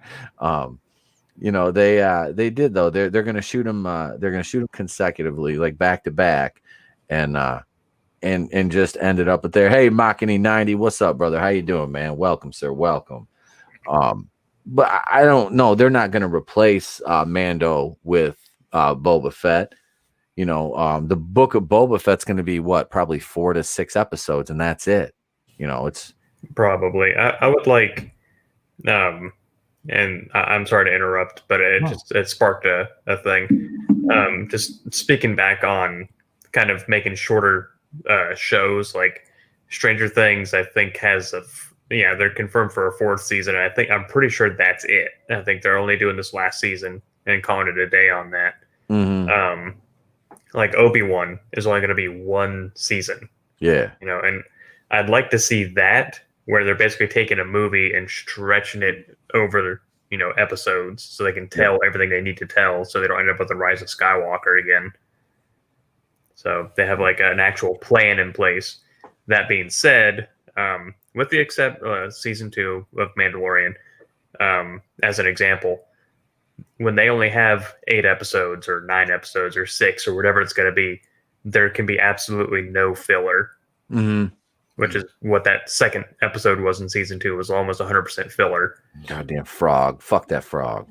In which they just of easily could have been like, hey, she's going to go with you. She, they just insert a character like, yeah, she's going to show you where to go, or she knows this person. She needs a ride anyway. But I think Filoni had his hands in that one because he's obsessed with those fucking spiders. Oh, really? They were all over Rebels after a certain point. All over Rebels. Those were when it was. I don't know. I'm afraid this is going to do what the same. All right, for me, Rebels, the pinnacle of that show was the finale of season 2, which we just got that in Mando. And after that, I mean, season 3 was good. It wasn't horrible. Season 4 was like, it treaded slowly downhill after that. Like you're talking about the spiders, and I'm afraid Mando's going to do that. Man. Right. That's talking about kind of overstaying their welcome, sort of thing. Like, kind of, how do you put this? And Tony knows what I'm talking about. In the music industry, you're only as good as your last album. You know what I mean? So that's why you see so many bands, they have like, they've got their debut album, which is like, whatever the fuck. Then they've got their sophomore album, which is kind of, finding their steps, figuring out who they are. And then usually by their third album, that's when you get like their mega hits. They have like 4 singles off the album, the world tours and all that. The Eminem show. Right. Yep. And then the 4th album after that is kind of like, because it can't live up to what the third one was. And that's kind of how TV shows are. Like the first season, it's all introductory. These are the characters. These are, their little quirks. These are their personalities. Second season is kind of like, more like, think of it like Lost, Pete. Like the first season of Lost, here's 80 fucking characters, figure out who they are. Then second season, it's like, here's the hatch and here's some more stuff about the island. Then the third season, which is like, like perfect. And then there's 4, 5, and 6. Yeah. I'm watching season 6 of Lost right now. I forgot how much I love the lore episodes of the island. Yeah. I need to watch that show. Just had the was it Ab Air? I can't remember. It's Richard's backstory. Richard Alpert's backstory, man, and him and the man in black and Jacob, that lighthouse with the mirrors in it. Fuck, I love that. I like I said, me and the wife were talking, so we've been watching. I'm like, if they did a spin-off just about with Titus Welliver as the man in black and Jacob, and from their time on the island, with or without Alice and Janney, and I would have loved that. And just seeing that, how they dealt with all the different people who came to the island and died, and I would have been fucking all on board with that. Everybody hated the lore. I'm like, dude, that lore for that island, like when they see the statue from the ship when the Black Rock is coming in, and it gets, it's so high on that wave, it smashes the statue and lands in the jungle. I mean, that shit, that was fire to me. I love that. I love seeing, the heart of the island, that whole angle, what they did, man, all that stuff. It just drew me right into it. And, everybody knocks that 6th season of the show and the ending and everything, but I'm like, I enjoyed it. I did. I never pretended not to with that one. That's one of those shows that was just like, I don't care. It's crazy. See, I like that abstract kind of stuff though. Like I enjoy that, you know. And I did. There was like that is just one of my favorite shows, man. I can't. You know what I mean? Sound what I'm talking about. It does. It sucks you in, like, and you can't just like watch one episode. You have to watch like 3, 4, 5 episodes in a row. You know what I mean? Mm-hmm. Yeah, it's one of those shows. It just leads you right into the next one. It's like it's a binge show, like 100%. Oh, yeah. So, but yeah. I just think that's, you know, that I don't know. I feel also what would be nice is, which is very contradictory for me to say, or hypocritical, I should say, because I hate when they're like, oh yeah, we're gonna do this, but we're gonna make it into a trilogy. Like, I hate when they put the cart before the horse on that. But I think just for viewers, because having been burned by Game of Thrones and shit, like, I hate investing so much of my life into it just to be like, oh, fuck me, right? I think with shows, they should be like, hey, the plan is, like, if the show gets picked up, we're going to do 3 seasons. This is the story for it, and call it a fight. Which I'm sure that's how the pitch meetings go. But I think it would generate more interest, or at least more faith. Like, Mando is very popular, and they said, hey, you know, after the first season, we're only going to do 2 more seasons, and that's it. Or something. Like, just give people kind of an idea, like, you know, how long is this going to go for? Right. Like, you have a definitive end in sight, not just like when randomly you hear, oh, it got renewed for its final season. It's like, oh, okay. Like, sweet, I guess. Yeah, great. Can I ask you guys something? No. Speaking of, like, well, I guess you haven't seen it all, have you, Pete? Breaking Bad? No. Just Sal, do you think? Okay, so Vince Gilligan, I like what he did. He had a story he wanted to tell, set out story, and he told it. But do you think it could have gone longer? No, it feels like that last season, it was just weird. Like, after the great, like, talk about, like, you hit that 3rd album and anything that comes after that isn't going to be as good. It just felt a little weird after Gus Fring, like, almost like, certain things still needed to happen, but it was almost like that last season didn't need to completely happen. I feel like that last season really was only for them to be like, you know, tie a bow on every single possible character that they could, instead of just being like, and then they rode off into the sunset, happily ever after. You know what I mean? Yeah. Like, it was, so spoiler alert for a show that ended in like 2012. You meddling kids. Yeah, are you gonna finish it, Pete, or? Well, I'm gonna rewatch it, but I don't care, dude. I've already seen every spoiler there is for it. Okay. So I feel like that last season was only made because they're like, well, Walter has cancer and he has to die, right? Like, I think that was the only, that and that Mike Ehrmantraut and fucking, they even made, was it El Camino, because quote unquote Jesse's story wasn't finalized. It's like, he got away. Like, that's the whole, like, you needed what happened. Like, I felt El Camino was just kind of like, I don't know. It didn't grab me like Breaking Bad did. You know what I mean? Yeah. Wait, what was El Camino? It was like a TV movie kind of thing. I think it was made for Netflix, right, Tony? Yep. Yeah, it's basically like an epilogue to Breaking Bad. It kind of talks about because in the final season of Breaking Bad, they jump a year. Okay. And Jesse was basically held captive for a year, and El Camino kind of explains what was going on while he was being held captive, and then what happens when he gets out of being held captive and all this kind of stuff. And it's just, it didn't need to be made, but there were enough people that were like, I don't get it. And it's like, well, you know, maybe if you could, you know, close your mouth a little bit and stop breathing out of it, you might be able to think a little clearer. Oh shit. Like I said, man, I everybody tells me the point that I quit watching Breaking Bad is like where it starts to get really good. It was into season 2, maybe 3. Did Jesse's girlfriend overdose yet? I can't remember, bro. It was we tried watching it maybe 4 years ago. Kristen Ritter. Yeah, The chick from Jessica Jones.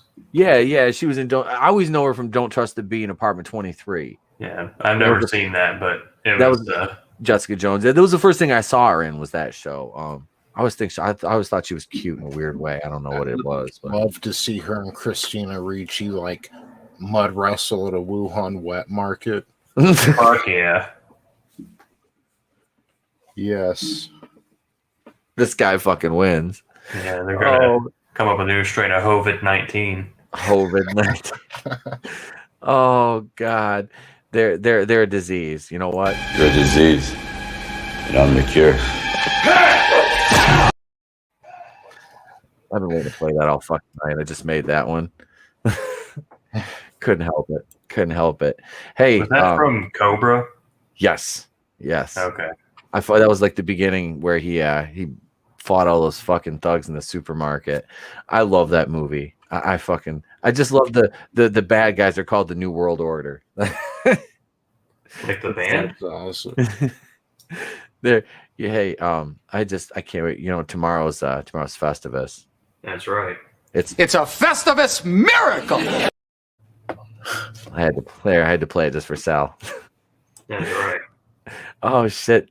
So do you have any Festivus plans, Sal? Probably just gonna do a Festivus live stream so I can give my airing of grievances. I got a lot of problems with you people, and now you're gonna hear about them. I don't know how I'm gonna pull off feats of strength, but the Festivus feats of strength aren't over until somebody pins Destro, and he's all lubed up and shiny. That's right. It's Silver Bullet, baby. You can keep calling yourself the Silver Bullet and hum. You're gonna have a lot of ladies after you, man. Valentine's Day is coming up. There's a lot of lonely ladies looking for a silver bullet. That's right. Except this Sal could be like, this silver bullet will fill you up. Oh yeah. Well, see, when I hear Silver Bullet, I think of something completely different. That's a thing that happens when you pass out from the heat or you're too dehydrated. They just fucking shove a basically metal rod that's like ice cold. And they just shove it in your ass to cool you down at your core temperature real fast. Silver Bullet. That's fucking terrifying. Mm-hmm. Holy shit. Today's modern recruits are overheating intentionally. That's right. They're overheating with their phone out on record so they can put it on their OnlyFans. I think I'm gonna pass out. Why is your selfie stick with your camera pointing backwards? Don't worry about it. It's okay. Just seriously, don't worry about it. I need you to sign this form. Sign the waiver. Sign it. Do it now. I'll be driving I'm leaving in the first thing in the morning. Well, first thing in the morning it'll be like probably 10 o'clock by the time we all get ready and go. But I have everything packed up. I gotta go and do the family thing with her family tomorrow for a couple days, and then her birthday's in between, and then Christmas with my family next Monday night. I'm just waiting until next Monday night because that's when my son gets the Lego Razor Crest. And so technically right now disassembled, it's pretty much accurate. Yeah, it's screen accurate right now. It's accurate as fuck. I have no room for, and I know he got more Legos for Christmas. He got the Razor Crest and he got a couple other sets. Mm-hmm. We have no room. You've seen my Lego setup. I have no room for any more as it is now. My fear with the Razor Crest is I'm going to have to put it in here at night because I'm afraid big fat fucking Meech is going to jump on the counter and turn that bitch to screen accurate after I build it. Because I would strangle the fluffy little bastard. I love him, but I'd fucking strangle him. Mm-hmm. Oh, because he knocked one of the police vehicles we have built off. He jumped from the table to the counter, slid and fucking went, bow, and knocked it over. I'm like, motherfucker. He turned it into a convertible. This little fat ass. But man, I'm anxious. I'm anxious for Christmas. It's always fun. That, and I want my fucking NES Classic for my mama. I'm not gonna lie. I've been waiting for that shit, man. Oh my god. that, and like I said, as soon as I figure out how to stream, I don't know if I'll be able to do it with this computer, but I'm gonna try streaming some games on the NES Classic, and then when I get my Switch, be doing some Switch some streaming from that too. So words are hard. But yeah, I'll be doing some streaming from that too. I want to, especially the NES Classic, man. I'm stoked about that. You might not see me for. I might take an extended leave of absence from YouTube. And just be playing goddamn Kung Fu and Renegade. They should lock those where you have to play through the adventure of Link before any other games will unlock. That's fucking cruel. That's like cruel and unusual punishment. Yeah, would you beat this and you deserve to play everything else. We'll give you every other game if you beat Legend of Zelda 2. Motherfucker. That's it. I'm buying a PlayStation 5. That's it. You have to remember where all the 1-ups are because you can only collect them all once. So you got to go to these random spots in the map, and it doesn't even look. It's just a square. You just happen to walk on it, and it brings you into the 1-up screen, and you got to collect the 2 or 3 that are in the game before you go fight that last battle. Man, and if you lose. Not only are you starting at the beginning, but yeah, you only have those 3 lives again, so it's even harder. That fucking game was just that game was terrible. It was just it was fucking horrible. It's like, do you want to destroy a child's fucking self-confidence and self-worth? Give them the adventures of Link. That was the one video game talk about accomplishments when you finally beat the game. I beat that game and I'm like, victory, you say? Yeah. I'm looking here. I have a bunch of old. This is remember the poster that came with the original Nintendo? This is it. Oh yeah. I was looking for the map because I have all the maps and shit for that. For Adventures of Link, and I just pulled a bunch of this shit out of I don't know if you remember this magazine. This is the old Game Players magazines. Skater Die 2 is on the cover of this one.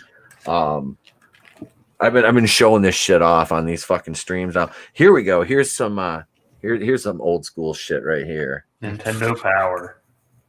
Yeah, buddy. To have that issue. Here's hot tips for Nintendo. Oh shit! I still have my green screen thing turned on. That's probably that's why you're beep booping. It probably is. There. Let's see if that works at all. But yeah, here's more of that. Dragon's Lair. Here's speaking of weird. Me and Tony were talking about Michael Jackson earlier. Michael Jackson's Moonwalk. That game was popular in the arcades. Yeah. I just want to say that I thought in my recent video for my Iron Man 2020 that my Mega Man joke was fucking hilarious, and not one person mentioned it in the comments. Not one. Ungrateful bastards. Uncultured swine. I come up with this comedic gold, and you just ignore it. I feel like a shit friend. I know. I'm fucking terrible. Well, I sent that clip to you guys before it ever went to video. There you go, Tony. We're assholes. I know, but I still should have commented to get it in the algorithm or something. I don't know. That's all right. Most of the comments come from this one guy who never has anything nice to say. So you still have one of those? I can't. Yeah, he only ever comments on my Marvel Legend videos, and it's only ever to make a quote correction or if I forgot something. It's like, no, Jesus. It's like, motherfucker, maybe it just wasn't important and I didn't mention it. So he's an actually. Yeah, that's okay. I know exactly where he lives, what he looks like, and who he's married to. So Neil Goldman. Listen. Cecile thinks my psoriasis is sexy. Yeah. Fucking Neil. What was that episode with Meg? 8 rules for buying my teenage daughter. Lois has to dress. Was she Mystique to try to seduce Neil? Yeah. Yeah. Peter's riding around in the Segway. Ow, me! I can't even do that fucking Alex Borstein voice. Oh, I cannot do a Jewish woman's voice. I don't know who I love King of the Hill, don't get me wrong, but some of these animated moms, and I think it's a toss-up between like Lois and Peggy Hill as to which one fucking annoy me the most. I hate Peggy. She's such a self-righteous bitch. Me llamo Peggy. She is, dude. She is such a self-righteous, snarky bitch. I can't stand Peggy. Oh, but Lois is just like, I mean, Lois is kind of a whore, though. Peggy's not really a whore. Lois is kind of a fucking whore. Yeah. Like, she literally is. Lois is a fucking just a dumpster. I mean, she hit her 40th birthday and bought a Jeep and turned into banged Bill Clinton and she fucked Bill Clinton. Didn't she sleep with Brian? She also slept with Gene Simmons. Yep. That was before she met Peter, though. Yeah. Like Peter had to do like everything to stop her from sleeping with Quagmire after him or had been married for 20-something years. Yeah. True that. Like, bitch, you want to go sleep with him? Go with him. Don't come home. Hey, Dee Dee Myers, how you doing? Manless and Motivation says, does she have a dump truck? No, she ain't got no dump. Lois doesn't have a dump truck. Neither is Peggy. Peggy's just Lois is slim thick though. Yeah, she's got that slim thick thing. I feel like Marge has more going on under the dress though. Marge had more curves. Yeah, Lois, man. As far as ass and Bonnie's still the hottest one though. Joe's wife. Yeah. Bonnie, don't be sleeping with anybody else. I'll put the strap on and show you how much of a man I am. I'm Joe Swanson. It's okay, Peter. Like that when that Bonnie's like, we'll put the penis on you tonight, Joe, and you can show me how big of a man you are. It's like, oh my god. It's so fucking savage. I liked the one where Peter was gonna sleep with Bonnie and it was just in a dark room. He's like, are you sure it's okay? And she's like, yeah. He's like, because I just feel a little, it's okay, Peter. He goes over in the corner. Peter, it's okay. It's okay. What happened to your son? Joe, what happened to your son, Kevin? Well, I blacked out and started beating him with the hose, and I don't really remember after that. Bonnie brought me back in the house. I just think that Patrick Warburton was the perfect voice for him. Oh god, yeah. David Putty. High five, Jerry. High five. Were they doing the intervention for Brian, I think, and Joe's all, Caleb? Chris is like, are you talking to me? You thought my name is Caleb this whole time? Caleb. I like when Peter turns him into a fucking dummy and he's moving his legs like, Peter, quit picking on Joe. He's your friend. Shut up, Cleveland. I like that Joe's son got killed at a rock, but he's still alive anyway. Or what is it? They go skiing or something like that. It's like, oh my god, my leg's working. His son crashes on him. He's like, yeah, okay. Does just get the chair. Well, they did that in the remember the Three Kings episode? Every fucking one Joe ends up getting crippled in them. Yeah. Every time. Because Stewie fucking in the Misery one, Stewie shoots his legs out, and then he gets beat. The guards break his legs. That's it. The guards broke his legs like the fucking Shawshank Redemption. That was the best. Two things never happened after that day. Joe never walked again. And what he says and Nandy never heard the sound of his own farts. Mm-hmm. That's when Family Guy was still actually funny, though. Oh yeah, that's the thing. Afraid of anybody. Oh no, it's gotten so just bleh now. I haven't watched a new episode of that show in years. I've watched more repeats of the show Cosmos with Neil deGrasse Tyson than I have new episodes of Family Guy or South Park. I quit watching South Park when PC Principal came on. I watched that season and I pretty much checked out after that. I'll still watch the old ones, going all the way back, but I don't watch the new ones anymore. I don't have any desire to. I remember when South Park, every episode used to be on southparkstudios.com for free. That was fucking awesome. Yes. I used to watch those at my desk at work all the time. Yeah, I was gonna say I've seen the Cleveland Show all the way through probably more times than I've seen new episodes of Family Guy. Oh, I love the Cleveland Show, dude. I do. I love that. The one where Rallo sings Danzig though. The mother. He was so fucking awesome. That one and the it's Frap Friday. It's Friday when you drink fraps. I'm a bottom. I'm a bottom. Frap attack. She frapped me. I got frap in my stash. Oh God. Cleveland, you said you were gonna stay away from Tori. I'm sorry, Lorette Donna. What do you guys think of American Dad? I felt that American Dad at the time of its premiere was very topical for what was going on in society. It was very funny. It was a good social commentary. Yeah. And it's overstayed its welcome. Yep. Steve's like I can't have it on his background like Family Guy or anything. Like Steve's voice has become so annoying to me. He's like in every episode, and yep. I don't know, but you summarized that perfectly. So I think my favorite joke from American Dad still is when Joe Rogan, what was it? Was it Steve and Stan standing together on the corner, and Joe Rogan pulls up like, "Hey, are you two gay or something?"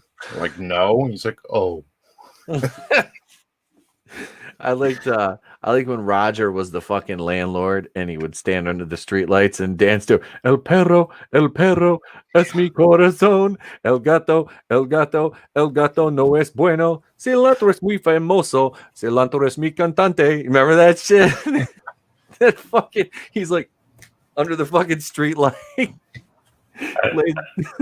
I think my favorite joke of theirs, and this lets you know how, like, the last time I watched it, it was like, what's the girl's name? The daughter?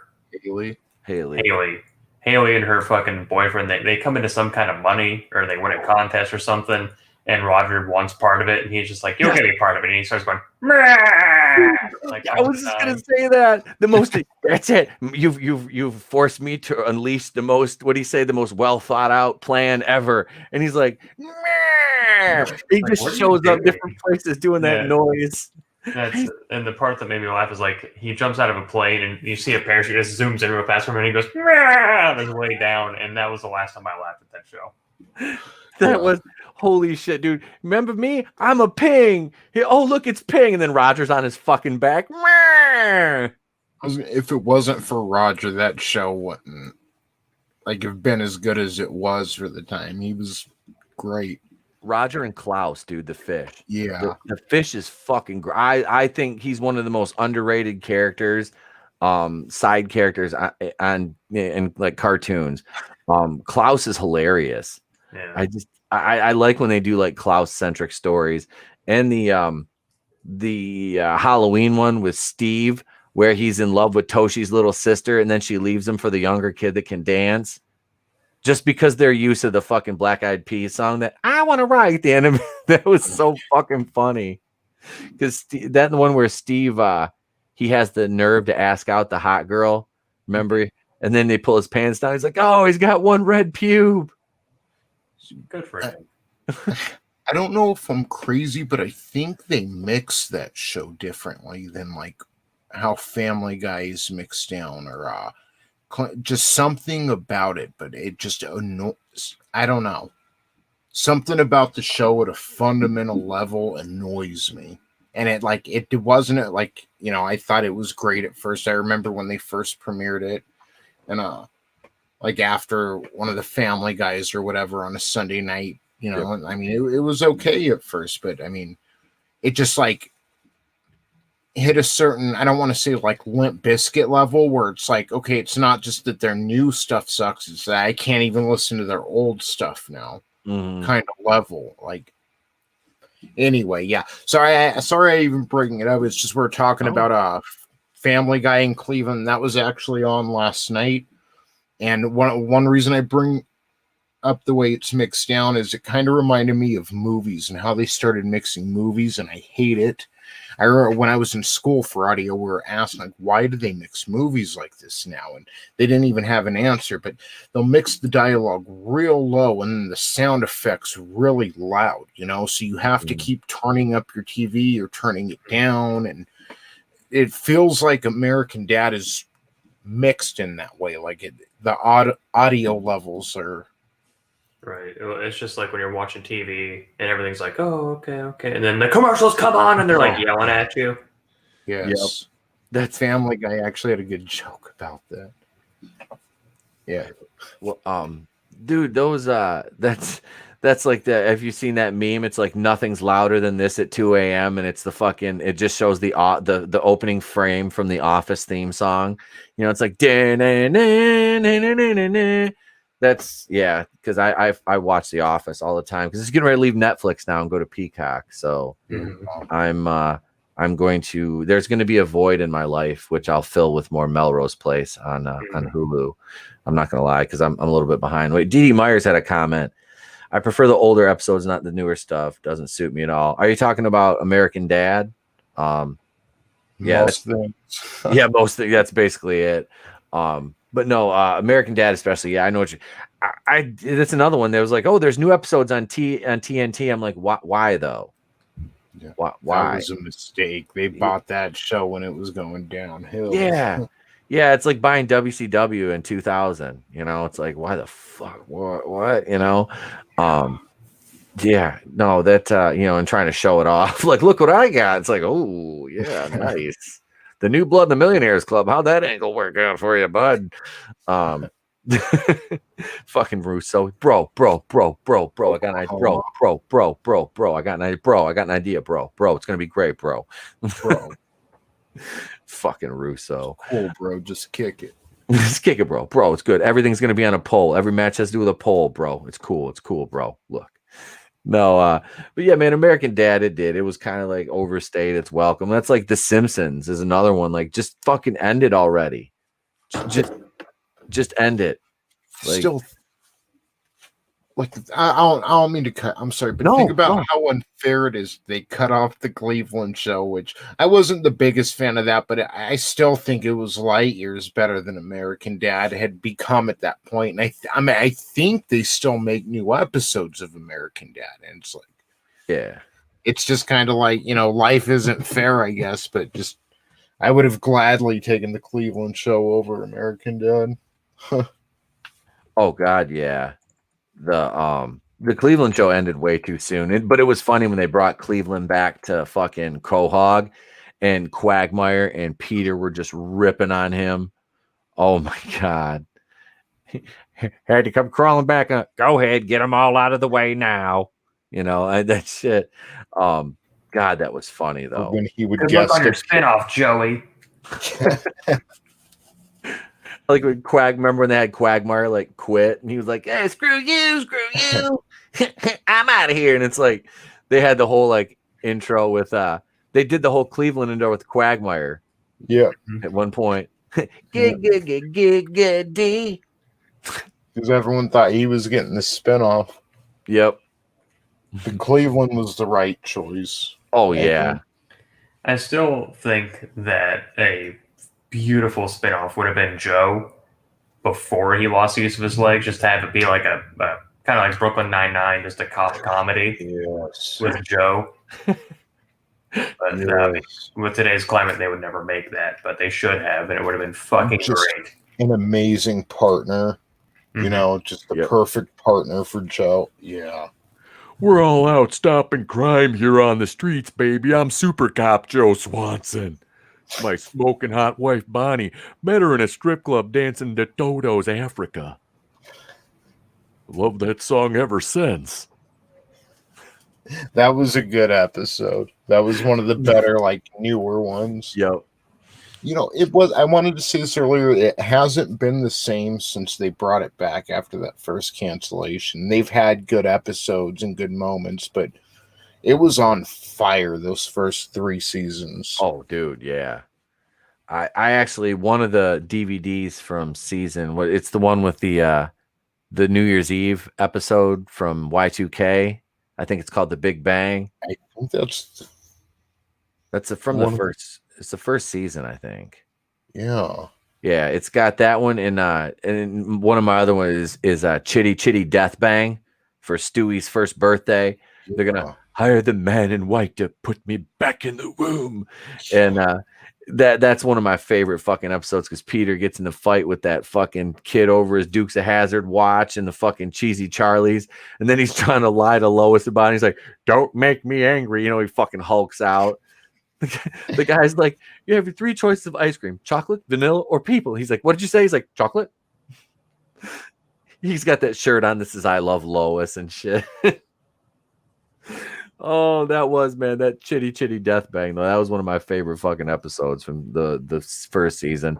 But yeah, man, do you remember when they brought that back, the first episode, how Seth MacFarlane took a shot at Fox and he had Peter sit there and run through what was it, 30 shows that Fox had canceled? Yeah. Between the time that they canceled Family Guy and brought it back. Yeah, I'm sure if all of those other fine programs are unavailable, they can make room on the schedule for us. And Peter just kind of stared at the camera, and then he went to commercial or something. I was like, that was fucking genius, dude. But McFarlane's kind of got neutered lately too. Yeah. He got. I hate to say it, he got woke. And I really didn't think I would see that from Seth MacFarlane.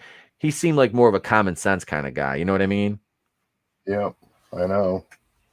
And yeah, he did. A lot of the stuff now. It's I was watching a video on it the other day. It's like they'll just come out and like an episode not that long ago. Not to get too into it, but he just came out and said a certain political commentators racist, just like out of nowhere, and then it went on with the show.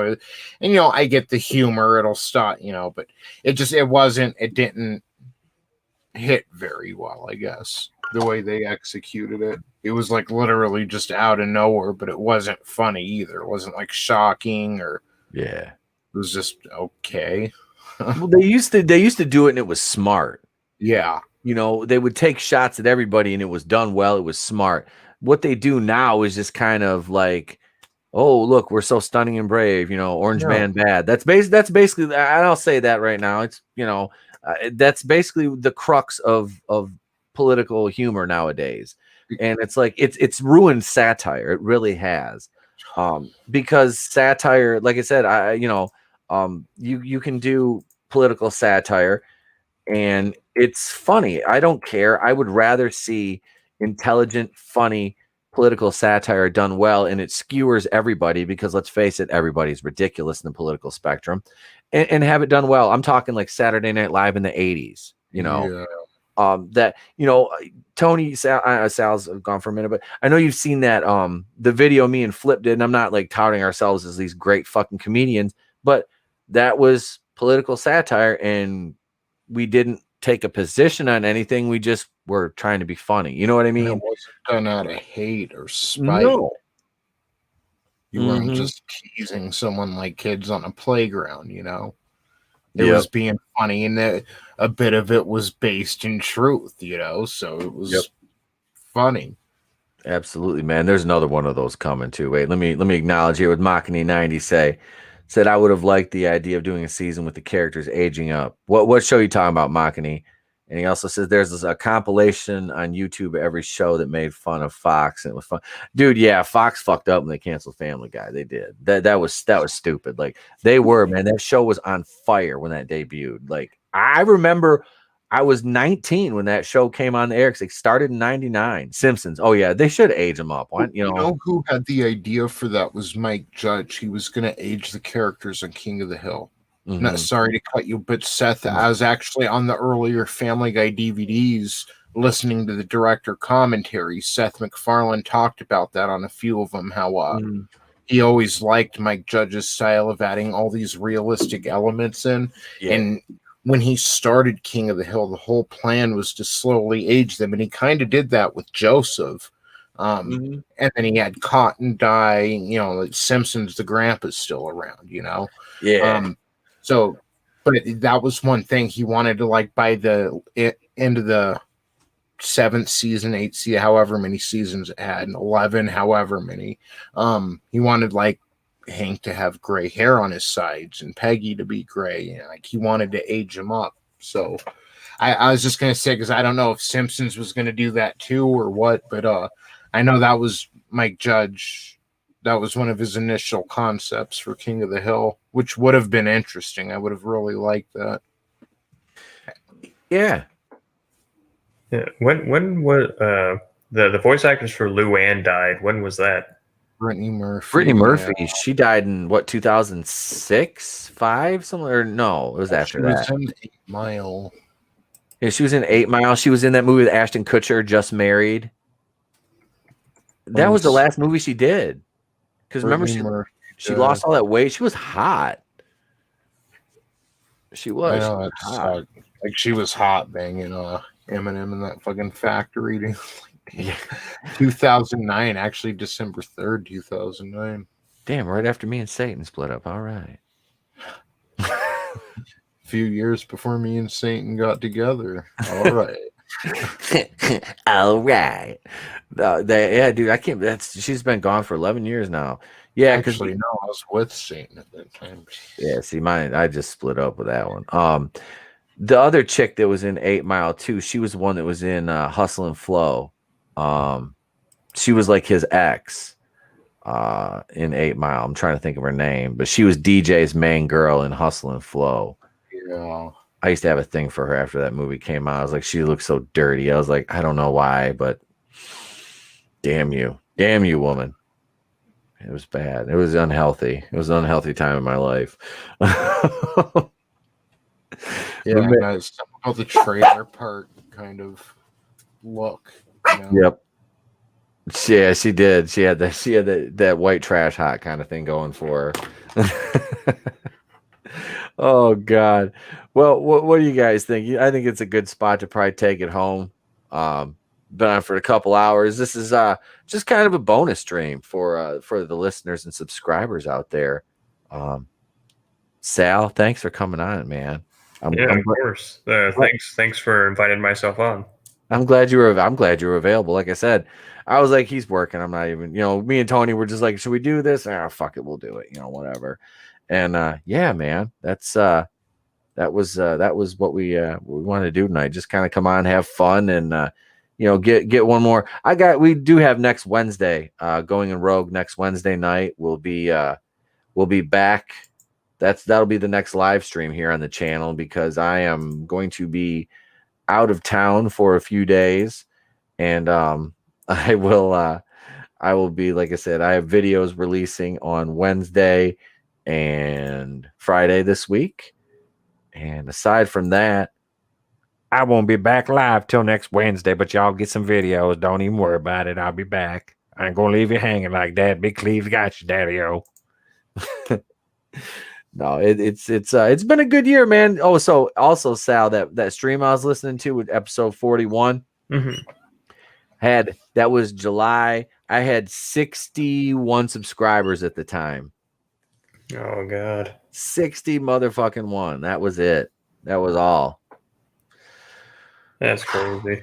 That was July of 2019, and here we are, December 22nd. I'm at 437 right now. I got it back, 437. I wanted 500, man, by the end of this year. Damn it, I wanted 500. I mean, the year's still young. It's not 2021 till probably midnight next year, because I have a feel we're going to hit midnight. It's going to say 2020S or something. Oh. What if it's like the whole year's Groundhog's Day? Well, at least I don't know if I could do 2020 over again. I don't have it in me. I'm not strong enough to do this again. I can't fucking do it again. I can't do it, man. I just can't. It's been too much. We've done too much to go back, and we've done too much to go back and too much to go forward. We're just kind of stuck here. The only thing left to say is hallelujah. Holy shit. Truer words have never been spoken. I just want to leave anything having to do with 2019 in the past and move on to the new decade. We're in the roaring 20s. Okay, we're supposed to have floozies and over-the-counter heroin, and so, I mean, come on, guys, what's up? You can go to San Francisco and get over-the-counter heroin, I think. Oh yeah. That's Portland now. Yeah. In Chaz, can you get that in Chaz? Well, no, that's a conversation for off camera. Never mind. I think I just talked myself into pulling my money out of the stock market, actually. I'm going to invest in something new. What? Over-the-counter heroin? Hell yeah. Oh, shit. Well, hey, you guys subscribe to the Clown World Review and 2 Cents Toys if you haven't already, which if you're here, I hope you have. If not, I don't know what the fuck you're doing with your life. Why would you subscribe to my people? Subscribe to them. Yeah, the Tylenols on my channel. Hell yeah. I was hoping to hit 1,300 by the end of the year, and I lost another subscriber today. So, Jesus. yeah, it's just not meant to be. It's fine. You'll get there. You'll do something. You'll have one video that'll be like another snow speeder video, and just be like, bam, and that'll push you over that hump finally. Yeah, well, it is what it is, I guess. I have new toys showing up tomorrow. Like, I have two extremes. I either have like no toys to talk about, or I have way too fucking many. Like I had a pile of about 40 figures, and I was finally down to like the last 5 to film, and now another pile of like 20 showed up. So, yeah, you've got material. Yeah, literally and figuratively. Oh shit. Well, Tony, you got what? You're working on a Masters of the Universe review you got coming out? Yeah, the Christmas special. And guys, you might be asking yourself why I'm not 5 subs ahead. No, but I'm at 66 subs right now. Okay, I need to get to 69 before Christmas, or Santa ain't gonna visit. Okay, and I want to stay. If I retire at 69 subs, I'm okay. 69 or 420. So let's get to one of those 2 numbers by Christmas, guys. Okay, right now I'm at 66, and that's the devil, and that's Palpatine. You don't want that, do you? Okay. So, I mean, take some pity on the man. It's his first day on the internet. All right. Yeah, thank you. Why wouldn't you want Palpatine? It's the Clown World Review at AOL.com. And not for nothing, but now I'm leaking something that Tony told me in confidence. I'm not sure if he wanted to announce it yet, but I'm throwing you under the bus, buddy. For every subscriber, he will make sure that you get not 10, not 100, but 1,000 AOL minutes on disk sent to your house. That's a 3.5-inch floppy disk. Eat your heart out, Michael Roman. Hey guys, welcome back to the channel. Stick around later. We'll be doing the giveaway stuff real soon. We're giving away 2 PlayStation Pros and 1 PlayStation 5 when we get our hands on it. Also, this 3.5 foot tall Beta Ray build. This is not an action figure, guys. It's a statue. So no more rude emails. You can check me out on Instagram at I Am Fires. I'm Michael Roman. Stick around. We'll be posting again real soon. I'm just gonna start doing imitation of other YouTubers. Fuck it. Hell yeah. That's just what I'm gonna do from now on. I'm just gonna imitate other YouTubers. Fuck it. Why not? I'll be who's the goddamn wrestler? Was it Charlie Haas that used to come out dressed like everybody else? That's just what I'll do. Fuck. Yeah, that's what I'll do. Fuck it. That must have been a SmackDown thing. Like I don't know why when the brand split, I just like stopped watching. It didn't matter who was on there. It was like I would just watch Raw. That's it. That's it. That's what it's all about, man. So, all right, guys, we're gonna take off. We're gonna sign off the air for the holidays, man. Hey, thank you. Tomorrow, have a great Festivus. Merry Christmas and all that. I'm Untitled Queen of the Place to Be Reviews. I've been here with all of yous. And remember, if I don't see you, have a great day and a pleasant tomorrow. I'll catch you on the next one.